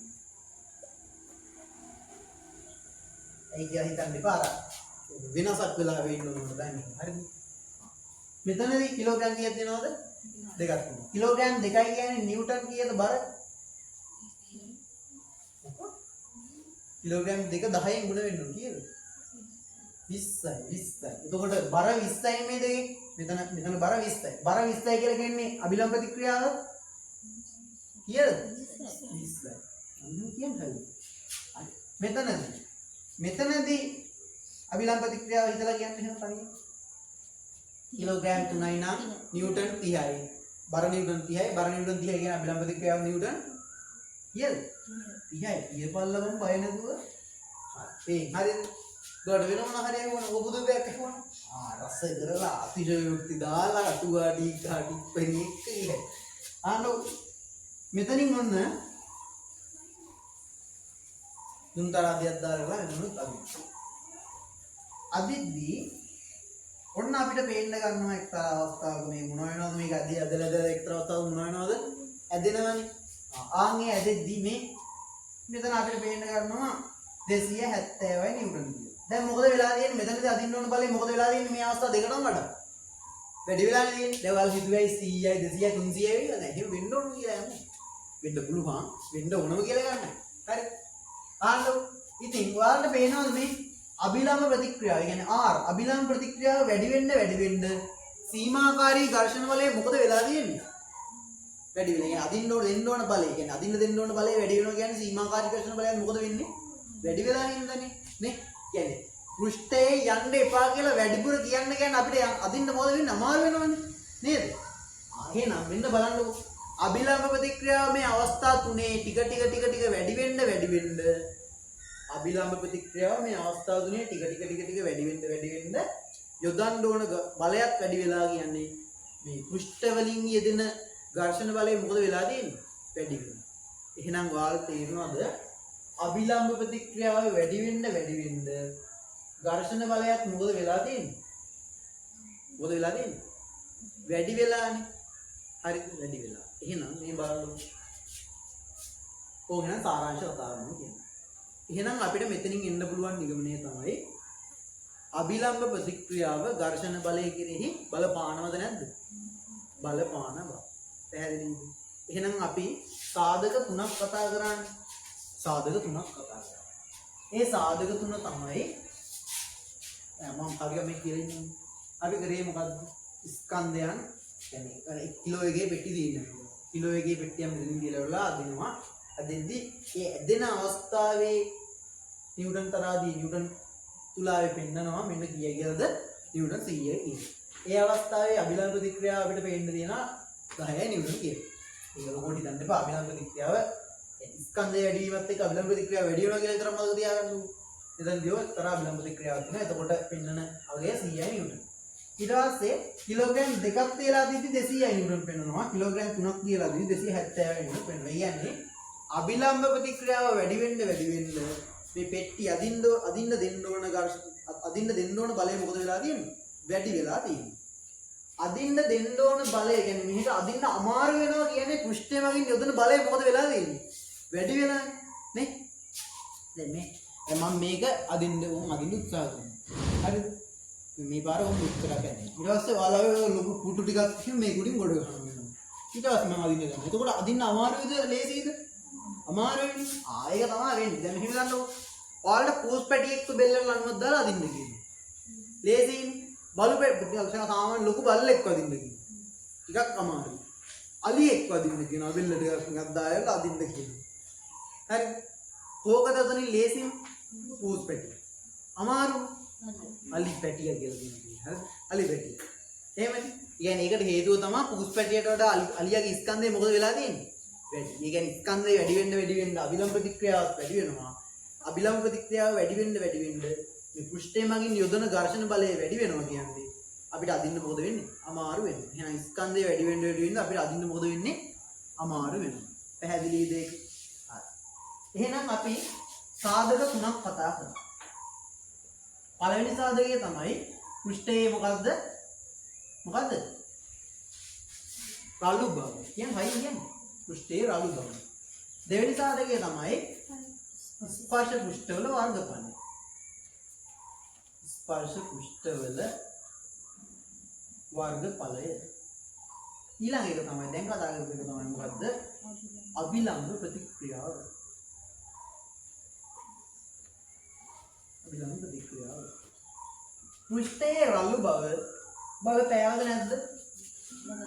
බලපෑවා. ස්පර්ශ පෘෂ්ඨවල වර්ගඵලය බලපෑවා. අභිලම්බ ප්‍රතික්‍රියාව බලපෑවා. හරි.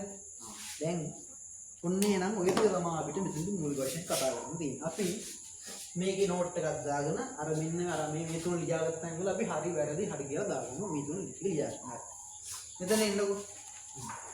ඔයාලා මේ ඔතන ඔය රූපේ තියෙනවන්නේ. ඒ කියන්නේ ඝර්ෂණයකදී අභිලම්බ ප්‍රතික්‍රියාවේ බලපෑම යටතේ තියෙන රූප තුන මෙතන තියෙනවනේ. ඊකට මෙන්න මේ පැත්තෙන් මෙතනින් දාගන්න මෙන්න මේක දාගන්න. හරියට බලලා දාගන්න. දාගන්න.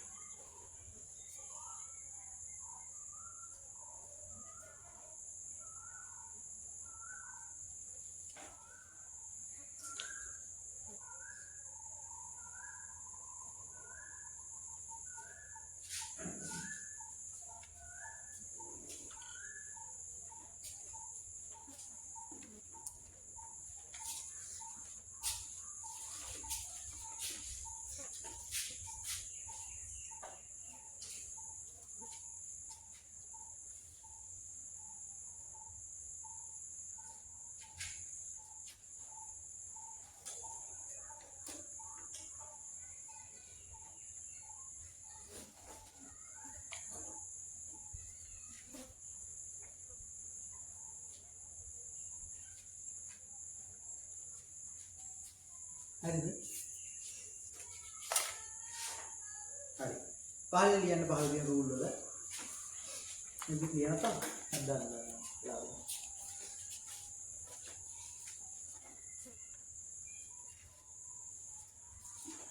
මේ රාලා YouTube වීඩියෝ එක බලපුවම කමෙන්ට් එකක් දාන්න යන්නකො.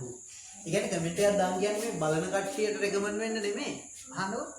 මේ ඒ නෙත්නම් දාලා තිබ්බා. මම දැක්ක කියන්නේ අර අදාළ නැති වීඩියෝ වලට thank you කියලා දාලා මේ නෙමෙයි.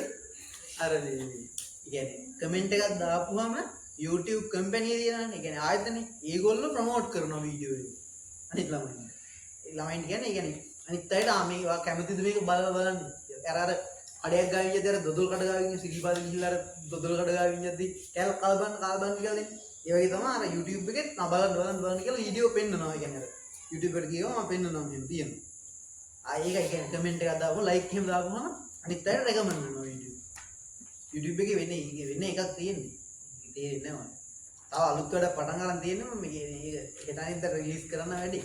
ඒක වෙනස් වැඩක් හරිද? අරකට කෙලවුණන වැඩ. මොකද කියලා බලන්න. හරිනේ?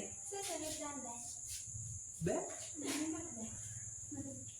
ඔයාලා යන්නේ සාමාන්‍ය කියන්නේ YouTube browser එකකින්ද එහෙම නැත්නම් නිකන් sign in වෙලා නැති එකකින්ද? අර වෙගේම කියන්නේ app එකටම ගිහිල්ලා නේද? කෙනෙක් ගන්න බෑ. සමහරවිට පාස්වර්ඩ් එකක් ආයෙ ඒක නෑ. මොන වෙන්නේ කියන්නේ? අද ගියා try කරලා බලන්න. හරි. බලන්න. උතන පහලින් ලියන රූල් වල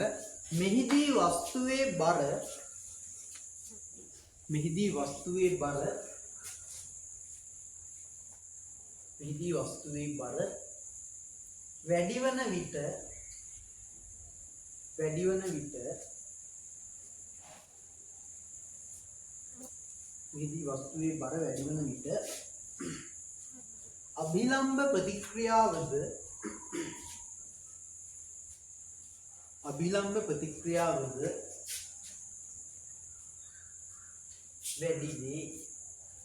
අභිලම්බ ප්‍රතික්‍රියාවද වැඩි වේ.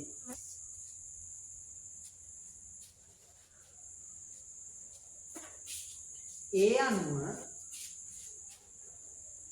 මෙහිදී වස්තුවේ බර වැඩි වන විට අභිලම්බ ප්‍රතික්‍රියාවද වැඩි වේ. ඒ අනුව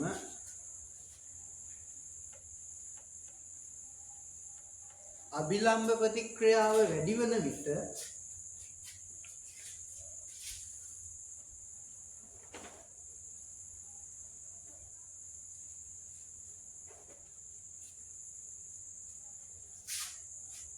අභිලම්බ ප්‍රතික්‍රියාව වැඩි වන විට ඇදීමට යෙදිය යුතු බලයද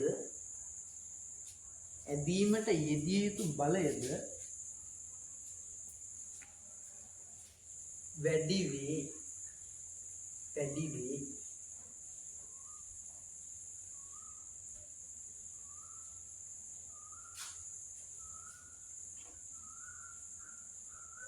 එනම් ඝර්ෂණ බලය කෙරෙහි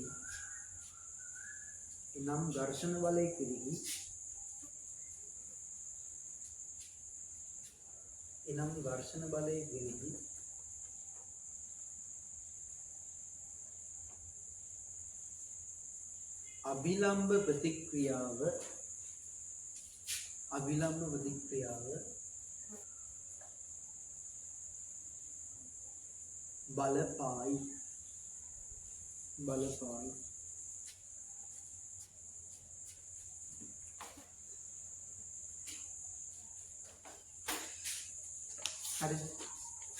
හරි. බලන්න සාරාංශය කියලා තියෙනවා. මං කියනවා හොඳට බලන්න ඕගොල්ලෝ කියවන්න එපා බලන්න මං කියවෙන එක තියෙනවා. හරිද?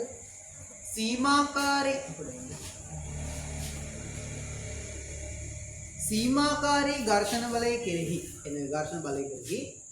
ස්පර්ශ පෘෂ්ඨවල රළු බවද අභිලම්බ ප්‍රතික්‍රියාවද බලපාන බවත් ස්පර්ශ පෘෂ්ඨවල වර්ගඵලය බල නොපාන බවත් ඉහත ක්‍රියාකාරකම් වලින් පැහැදිලි වේ. ඔයාලා මෙහෙම කරන්නකෝ. ඔතන ඔය වාක්‍ය ඔය සාරාංශය කියන ඔය වාක්‍යයේ ස්පර්ශ පෘෂ්ඨවල රළු බවද අභිලම්බ ප්‍රතික්‍රියාවද කියන කෑල්ල එකපාරටම හයිලයිට් කරගන්න. ඊට පස්සේ ස්පර්ශ පෘෂ්ඨවල වර්ගඵලය කියන එක තව පාඩකින් හයිලයිට් කරගන්න. පැහැදිලි නේද කතාව? ඒක පැහැදිලිනේ. අයියෙක් කරගන්න මේ පාට දෙක. ඔය නිකන් ආදල් දෙක නෙමෙයි කියන්නේ හරිද? ඒ කියන්නේ පාඩම් කරද්දී වෙනසක් තියෙන්නේ. හැබැයි පුරු වෙනවා ලේසි.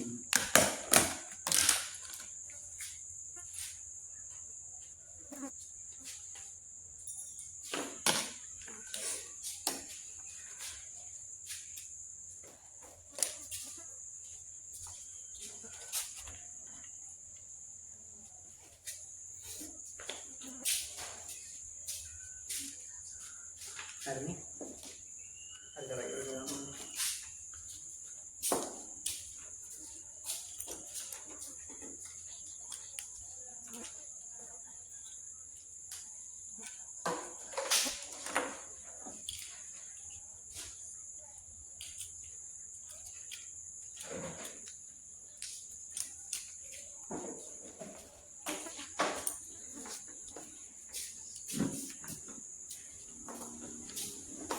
හරිනේ. දැන් ඕනේ ආවද? ඔන්න ඝර්ෂණ බලයේ ප්‍රායෝගික අවස්ථා. වැඩිපුරම ප්‍රශ්න ඇහෙන්නේ විභාගයේදී ඔන්න ඔය කොටසේ. වැඩිපුරම ප්‍රශ්න ඇහෙන්නේ ඔන්න ඔය කොටසේ. ප්‍රායෝගික දේවල් වලින් තමයි ප්‍රශ්න ඇහෙන්නේ. හරිද? දැන් මේ ප්‍රායෝගික දේවල් ප්‍රායෝගිකයි. ඒ කියන්නේ උගන්වන්න පුළුවන්. හැබැයි ඔයාලා දකින්න ඕනේ. ඉතින් ඇත්තටම කියන්නේ ඇත්තටම දකින්න එහෙම නෙමෙයි. මනසින් හරි දකින්න ඕනේ.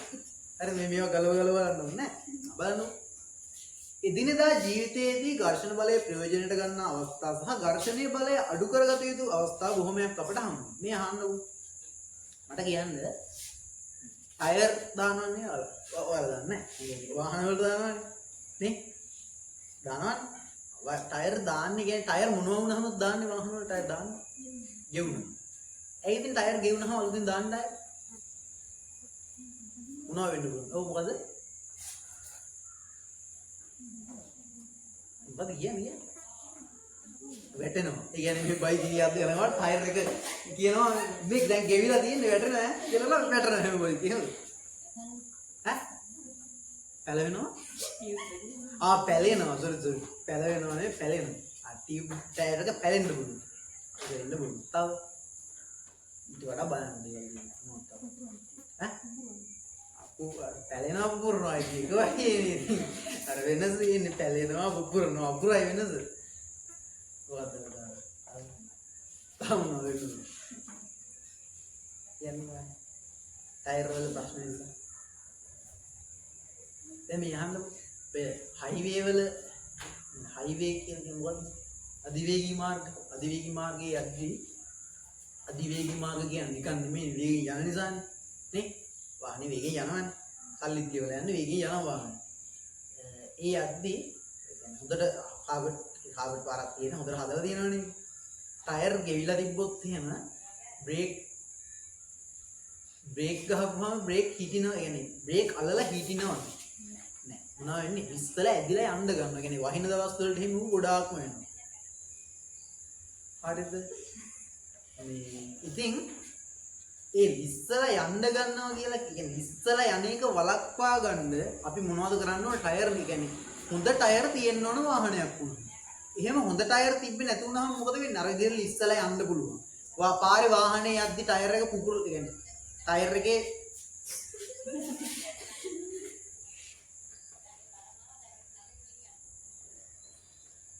ටයර් එක පුපුරලා යන්න පුළුවන්. නේද? ඔය වගේ දේවල් සිද්ධ වෙන්න පුළුවන්. එතකොට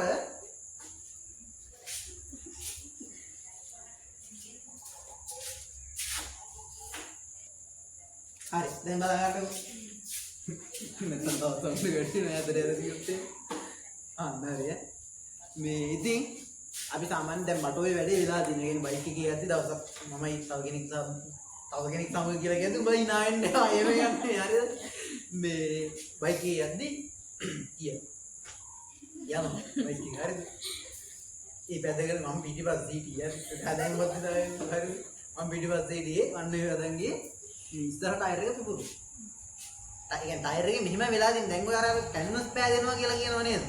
ඒ කියන්නේ අර රබර් මේ අයින් වෙලා ගිහිල්ලා මැදිලා අර නූල් වගේ මතුවෙන්නේ. නූල් වගේ මතුවෙනවා දැකලා ඉතින් සමහර ටයර් තියෙනවා. අමාරු මිනිස්සුන්ට ඒක කොහොමද දුවනවද කියලා හිතා ගන්න බෑ. ඒ කියන්නේ නූල්මයි තියෙන තනි කර මේක. නූල් ටයර් එක නෙමෙයි රබර් නෙමෙයි තියෙන්නේ තනි කර නූල් ටිකක් තියෙන්නේ. අර යකට කම්බි එහෙම තියෙන ටයර් වල කම්බි ටික තමයි තියෙන්නේ. කම්බි වලින් තමයි දුවන්නේ රබර් වලින්. හරිද? මේ එහෙම පෑදිලා තිබිච්ච තැනකින් කොහොම හරි ගලක් ඉන්නකොට ඉස්සරහා ටයර් එක පිපුරු. පිපුරුවට පස්සේ කන්ට්‍රෝල් කරගන්න බැරි වෙනවා. ඒ කියන්නේ මෙහෙම අපි හරවන්න හැදුවට බ්‍රේක් ගැහුවට කිසි දෙයක් හරියන්නේ නැහැ. පෙරලෙනවා අනිවාර්යයෙන්. පෙරලා අනතුරක් සිද්ධ වුණා කියන්නේ. හිතන්නකෝ. ඒ කියන්නේ ටයර් නිසි කලට වෙලාවට මාරු කරන්න ඕන. තව දෙයක් තමයි දැන් ටයර් එහෙම හොඳට තිබ්බේ නැත්නම් එහෙම මේ කොලිසියෙන්ට පුළුවන් දඩකොලයක් ලියන්න. කියන්නේ මොකද සුදුසු පරිදි සුදුසු කොටස් රහිත දාවනය කිරීම මම දන්නේ නැහැ රඩුව මොකක්ද කියලා. ඒ වගේ දෙයක් දාලා ලියන්න පුළුවන්. මේ මොකද්ද? දඩකොල. හරිද? දඩකොලේ බීලා එන්නත් ක්‍රම දිනනවා. ඒක නෙමෙයි කියන්නේ. මේ ඉතින් අර දෙල් ලියන්න පුළුවන්. එතකොට ඝර්ෂණ බලය දැන් මේ අහන්නකො ලිස්සලා යන්නේ ඝර්ෂණ බලය අඩු නිසානේ ගොඩක් නේද? එහෙනම් ටයර් ගෙවෙන්න ඝර්ෂණ බලය මොකද වෙන්නේ? අඩු වෙන එකයි වෙන්නේ. يعني පෘෂ්ඨයත් එක්ක තියෙන ඝර්ෂණ බලය මොකද වෙන්නේ? අඩු වෙනවා. එහෙනම් හොඳට කට්ට තියෙන ටයර් දාන්න ඝර්ෂණ බලය දාන්න කියන්නේ ටයර් එකක් ගලවලා දෙන්න ආයේ හිනේ දාන්න කියලා නිකන් කියේ. හොඳ කට්ට තියෙන ටයර් එකක් දාපුවම ඝර්ෂණ බලය හොඳටම වැඩි වෙනවා. ඒවා තමයි හොඳට යන්න සුදුසු. ඒ කියන්නේ දැන් වාහනයක දැන් ඔයාලා දැකලා තියෙනවද අර ඔය රේසින් කාර් එකෙම දැන් රවුමක් ගිහිල්ලා ඇවිල්ලා නවත්තලා ඒවා ටයර් ටික මාරු කරලා නායන්නේ. දැකලා තියෙනවද? දැකලා ඉන්නේ. එයි ටයර් මාරු කරන්නේ. ධාවනයේ මොනව වෙන්නද? පහසු වෙන්නේ නේ? ධාවනයේ පහසු වෙන්න තමයි එහෙම කරන්නේ. ඉතින් ඔය ටයර් කියන්නේ කට්ට තියෙන ටයර් දාද්දි ඒ කට්ට තියෙන ටයර් වැඩි වෙන්න කියන්නේ ටයර් එක හොඳට අලුත් ටයර් දාන්න ඒකේ මොනවද කට්ට වැඩිනේ. ඒ කට්ට කැපීමෙන් බලාපොරොත්තු වෙන්නේ මොකක් කරගන්න එකද? ඝර්ෂණ බලය මොනව කරගන්න එකද? වැඩි කරගන්නේ. ඝර්ෂණ බලය වැඩි කරගන්න එක තමයි බලාපොරොත්තු වෙන්නේ. පැහැදිලිද කතාව? එහෙනම් ටයර් වල يعني හොඳට يعني අලුත් ටයර් ටයර් වල කට්ට කැපීමෙන් බලාපොරොත්තු වෙන්නේ මොකද්ද? ඝර්ෂණ බලය වැඩි කර ගැනීම. පැහැදිලිද කතාව? මොකද්ද කතාව?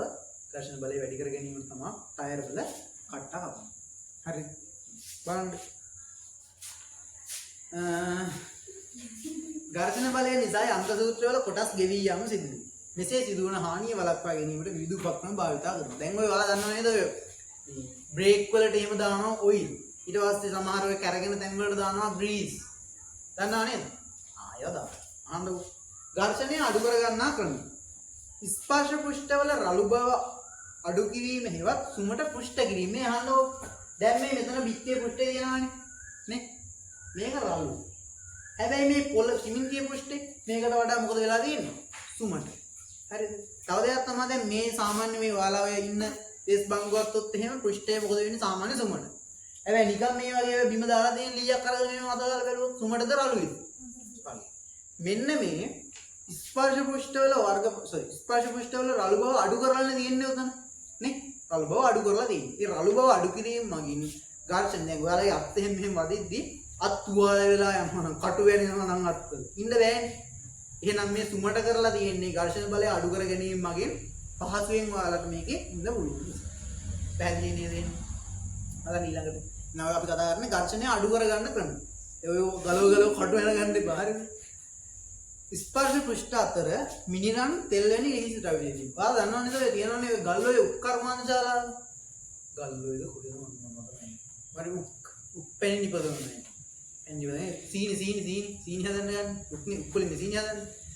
මේ ඉතින් ඕකේ දැන් උක්දඬු තෙරපෙන්න ඕනනේ. තෙරපිලා තමයි මේ වැක් කරන්නේ පෙන්. හරිද? එතනදී වෙන්නේ මෙන්න මේ වගේ සිලින්ඩර් වගේ කියන්නේ මේවා චූටි දෙයක් නෙමෙයි. හරිද? ලොකු සිලින්ඩර් වගේ ඒවා දෙකක් තියෙනවා. ඒ දෙක මැද්දෙන් මෙහෙම යවනවා උක්දඬු යවද්දී ඒවා තෙරපිලා තමයි වැක් කරන්නේ. මොනවද වැක් කරන්නේ? උප්පෙන්. මෙනි වැක් කරන්නේ. මෙහෙම තෙරපෙද්දි තමයි එහෙනම් උප්පැණි නිපද වෙන්නේ. කියන්නේ වැක් කරන්නේ. ඒකේ දැන් යකඩ තිබ්බා කියලා කියන්නේ මේවත් යකඩින් හදලා තිබ්බා කියලා කියන්නේ. ඒ කාලේකදී යකඩ මොකද වෙන්නේ? වතුර ගෑවෙන්න මලකඩ ගන්නවානේ. දැන් හුද්ද සීනි වර්ගය කියලා යකඩ ගුණයෙන් අනුවන සීනි කියලා කියන්න පුළුවන්. ඒ යකඩක් තියෙනවා. හරිද? ඔන්න ඔය වගේ දේවල් වලක්ව ගන්න. ඊට පස්සේ දැන් ලිහිසි කියන්නේ අර පහසුවෙන් මේ දේ සිද්ධ වෙන්න මෙන්න මේ සිලින්ඩර් වලට ගහලා දෙනවා මිනි රන්. කියන මිනි රන් ප්ලේට් තමයි ගහලා දෙන්නේ. කොහොමද කියලා හිතන්නේ ලොකුට හිතන්න යන්න එපා. ඒක මිනි රන් ප්ලේට් ගහලා දෙන්නේ. මේම ස්පර්ශ වෙලා තිබිලා මෙන්න මෙහෙම වගේ. මේක මැද්දෙන් උද්දන්න ගියාම උද්දන්න හොඳට තෙරපිලා මොනවා වැක්කෙනවද? පැණි වැක්කෙනවා. කොහොමයි ඔක සිද්ධ වෙන්නේ? හරිද? අහන්නකෝ. ඊළඟට ගැටෙන පෘෂ්ඨ අතර රෝල් විය හැකි ආකාරයට බෝල යෙදීම. එමගින් පෘෂ්ඨ ඇතිල්ලීම වළක්වනවා. දැන් ඔයාලා දන්නවද බයිකේ මේ උත්සයිකලේ පිටිපස්සේ රෝදේ අර මොකද ඒක කියන්නේ? කොක් වීල් එකද නැහැ. ෆ්‍රී වීල් එක. ෆ්‍රී වීල් එක. හරිද?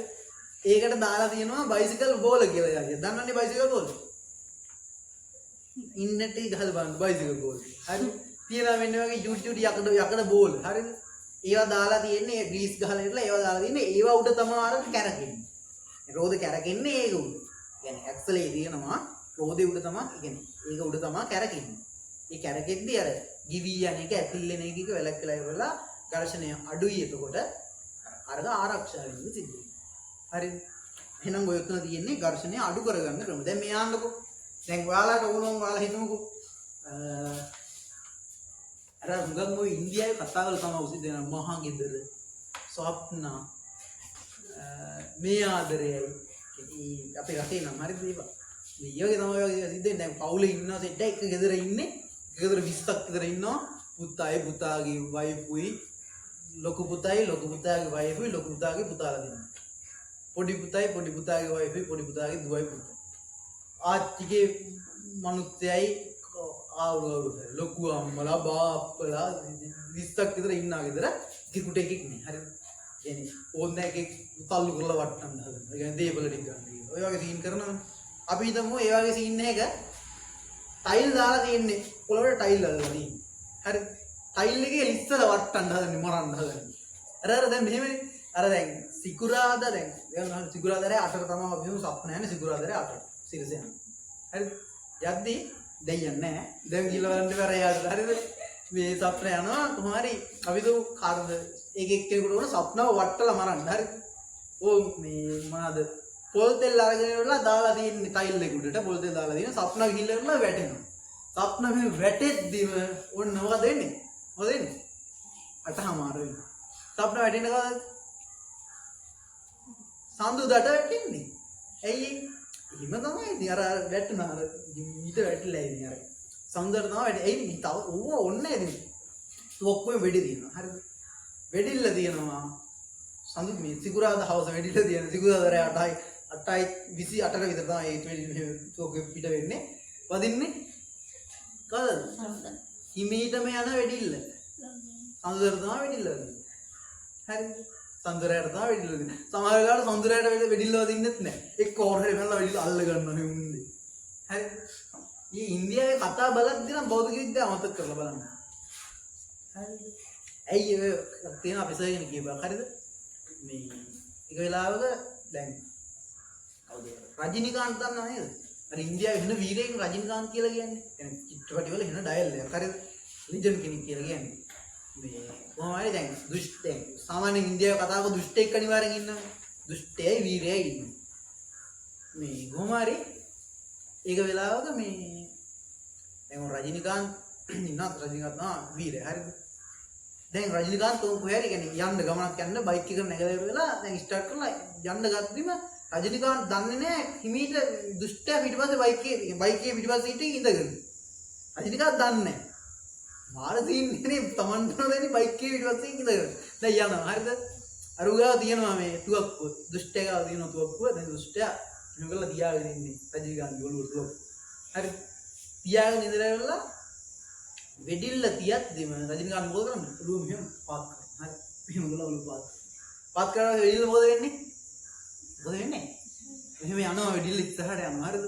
රජිනිකාන්ත කරන්නේ මොකද්ද? වේගෙන් බයික් රේස් කරගෙන ගිහලා උන්නට කලින් ගිහිල්ලා ඉවරලා මෙහෙම කරලා හරවලා ගන්න පුළුවන් නේද? දන්නන්නේ. මෙහෙම කරලා අරගෙන ඉවරලා කාටද වදින්නේ ඉන්නේ? දුෂ්ටයගේ ඔළුවට අන්න දුෂ්ටයගේ ඔළුව පසාරු කරනවා. දුෂ්ටයගේ. හරිද? මරුසි ඉන්නේ ඉන්දියාවේ වෙලුම් හරිද? ඉන්දියාවේ ඒ බලන්න ඕනේ ඒවා ඉතින් මට හිතන ආත ඇයිනේ වැඩි දෙයක් කොන්නේ හරිද? එනවා ඌරෝ රංචුවක් ඉස්සර රජිනිකාන්ත ආවීද හරිද? ඌරෝ මරන්න ඕන. සාමාන්‍ය එක උණ්ඩකින් සාමාන්‍යයෙන් ඌරෝ කීයක් මරන්න පුළුවන්ද? එකයිනේ පුළුවන්. දැන් ඌ තියෙන්නේ එක උණ්ඩේ. හරිද? කොහොම හරි තියනවා වෙඩිල්ල අර සිග්සැග් ක්‍රමයට හදපු මෙව එකක් තියෙන. හරිද? කණු ටිකක් තියෙනවා. මෙහෙම තිබ්බාම වෙඩිල්ල මෙතන කණු වැදිලා වෙලා මේ පැත්තෙන් ගෙන ඌරගේ මෙහෙම වැදිලා ඌරව වසාරගෙන උමෙන්න. මෙතන තියෙන කණු වැදිලා අනික් ඌරගේ වදිනවා. එහෙම ඌර රංචුවම මැරෙනවා කොහොමද? මට සීන් තියෙන ඉන්දියාවේ ෆිල්ම් වල ඒවා බලද්දී ආයෙත් වෙන ආදරයක් තියෙන. හරිද? බෞද්ධ විද්‍යාව ඉගෙන ගන්න නම් බලන්න එපා කීයදී නදා ගන්න එක. හරි. බලන්න. මම බලන්නේ තියෙනවා ඝර්ෂණය අවම කර ගැනීමට සාදා ඇති බෙයාරින් වර්ග. බලන්න. දාලා තියෙනවා ඔන්න. ඔය කියන්නේ බයික් වල එහෙම අඩංගු වෙන තමයි තියෙන්නේ. කොහොම අහනාර පොඩි බලු පෙට්ටිය කියනවා ඊළඟට අපි ඝර්ෂණයේ ප්‍රයෝජන මොනවද කියලා බලන්න. ඉන්න හැබිට මේ අහන්නකො මේ බලන්න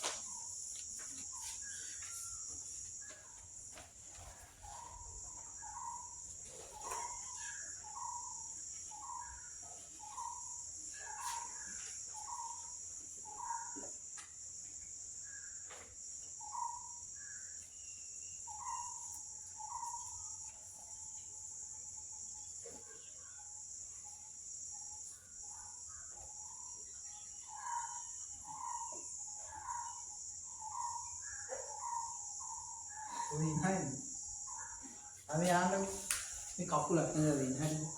ඔයාලා කියන්නේ අපි ඉස්සරලාම එයා කියන්නේ අපි යද්දි ඉස්සරලාම ස්පර්ශ වෙන්නේ මොකද්ද කකුලේ? විලුඹ.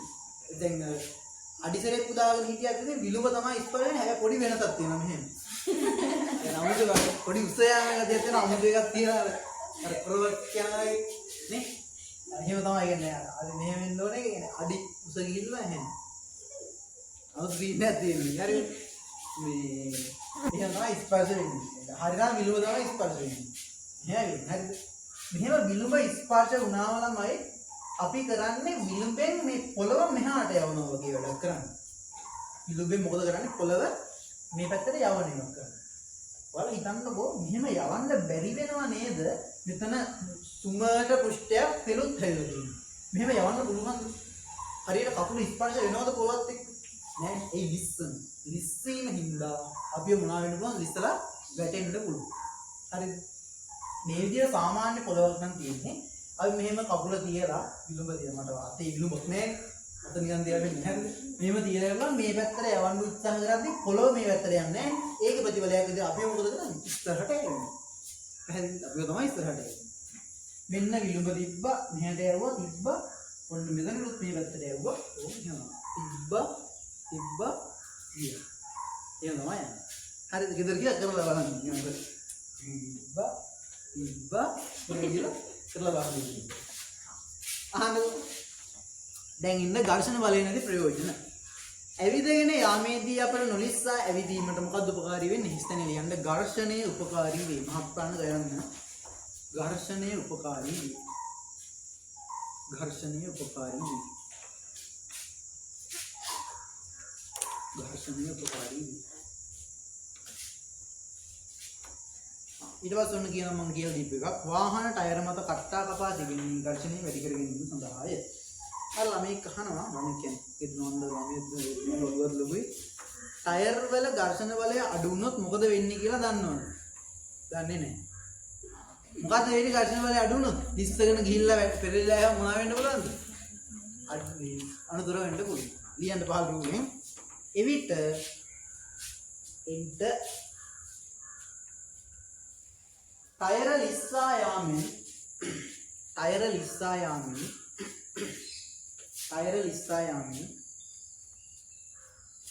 අනතුරු සිදුවිය හැක. අනතුරු සිදුවිය හැක.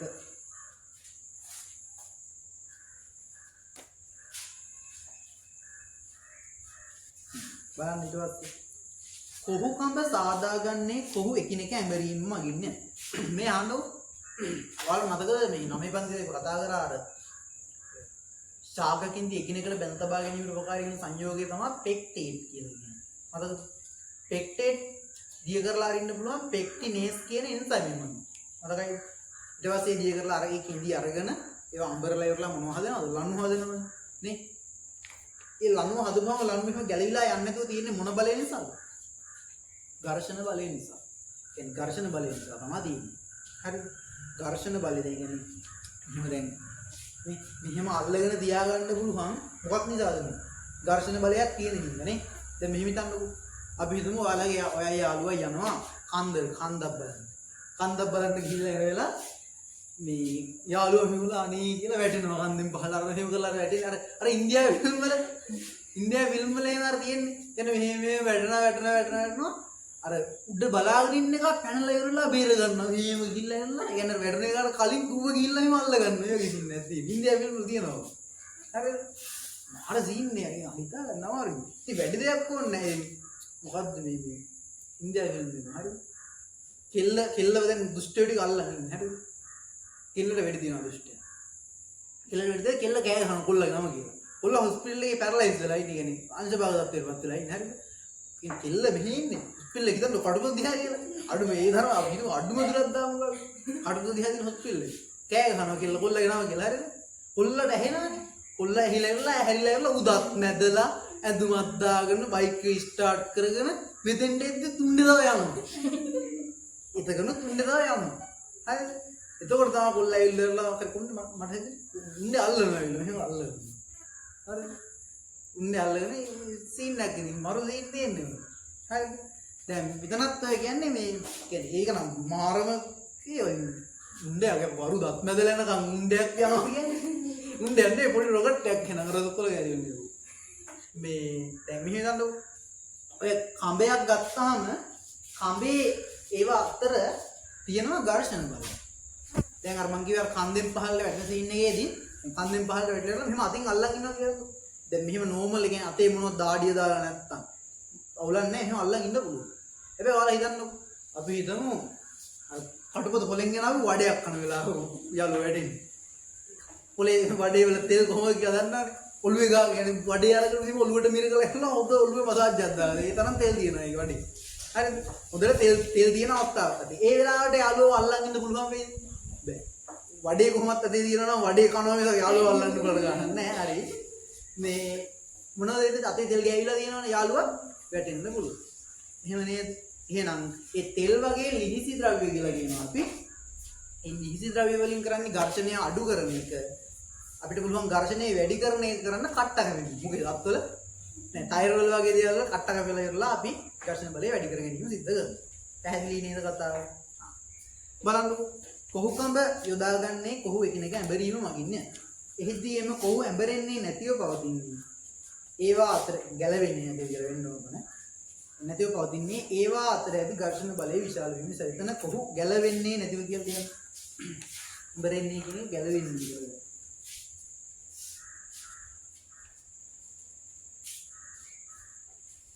ගැලවෙන්නේ නැතිව පවතින්නේ ඒවා අතර ඇති ඝර්ෂණ බලය විශාල වීම නිසාය. පහලින් යන්න. නමුත් නයිලෝන්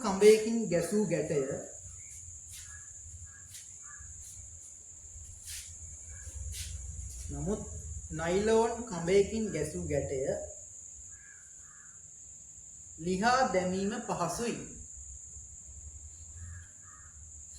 ලිහා දැමීම පහසුයි. ඒකටම ලියන්න ඊට හේතුව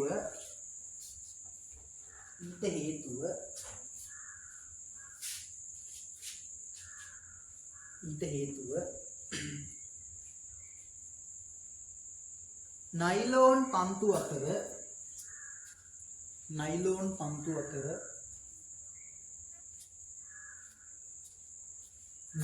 තන්තු අතර ඝර්ෂණ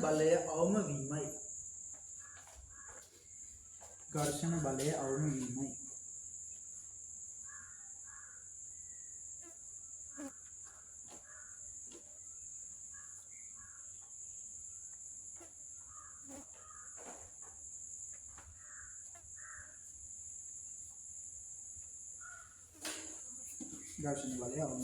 හරි නේද?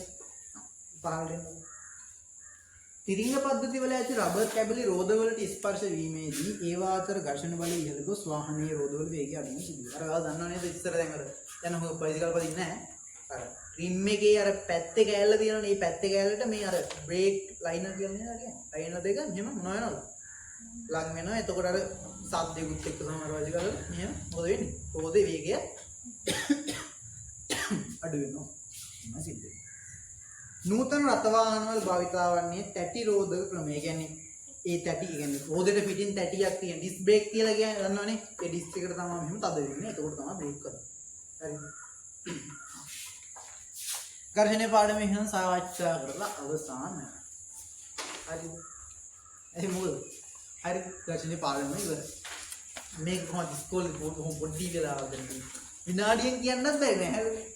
මේක ගන්නා පොත බේන් ඝර්ෂණීය කියලා පෙන්නුවා බැලුවා තිබුණා. ඝර්ෂණීය ඉවරයි. හරි. බේන් ඝර්ෂණීය කියලා පොතේ පෙන්නුවා ඉවරයි. හරි. ටියුටර් ඊට පස්සේ කවියක් කියමු දෙනවා හිමිට කියව ගන්නද.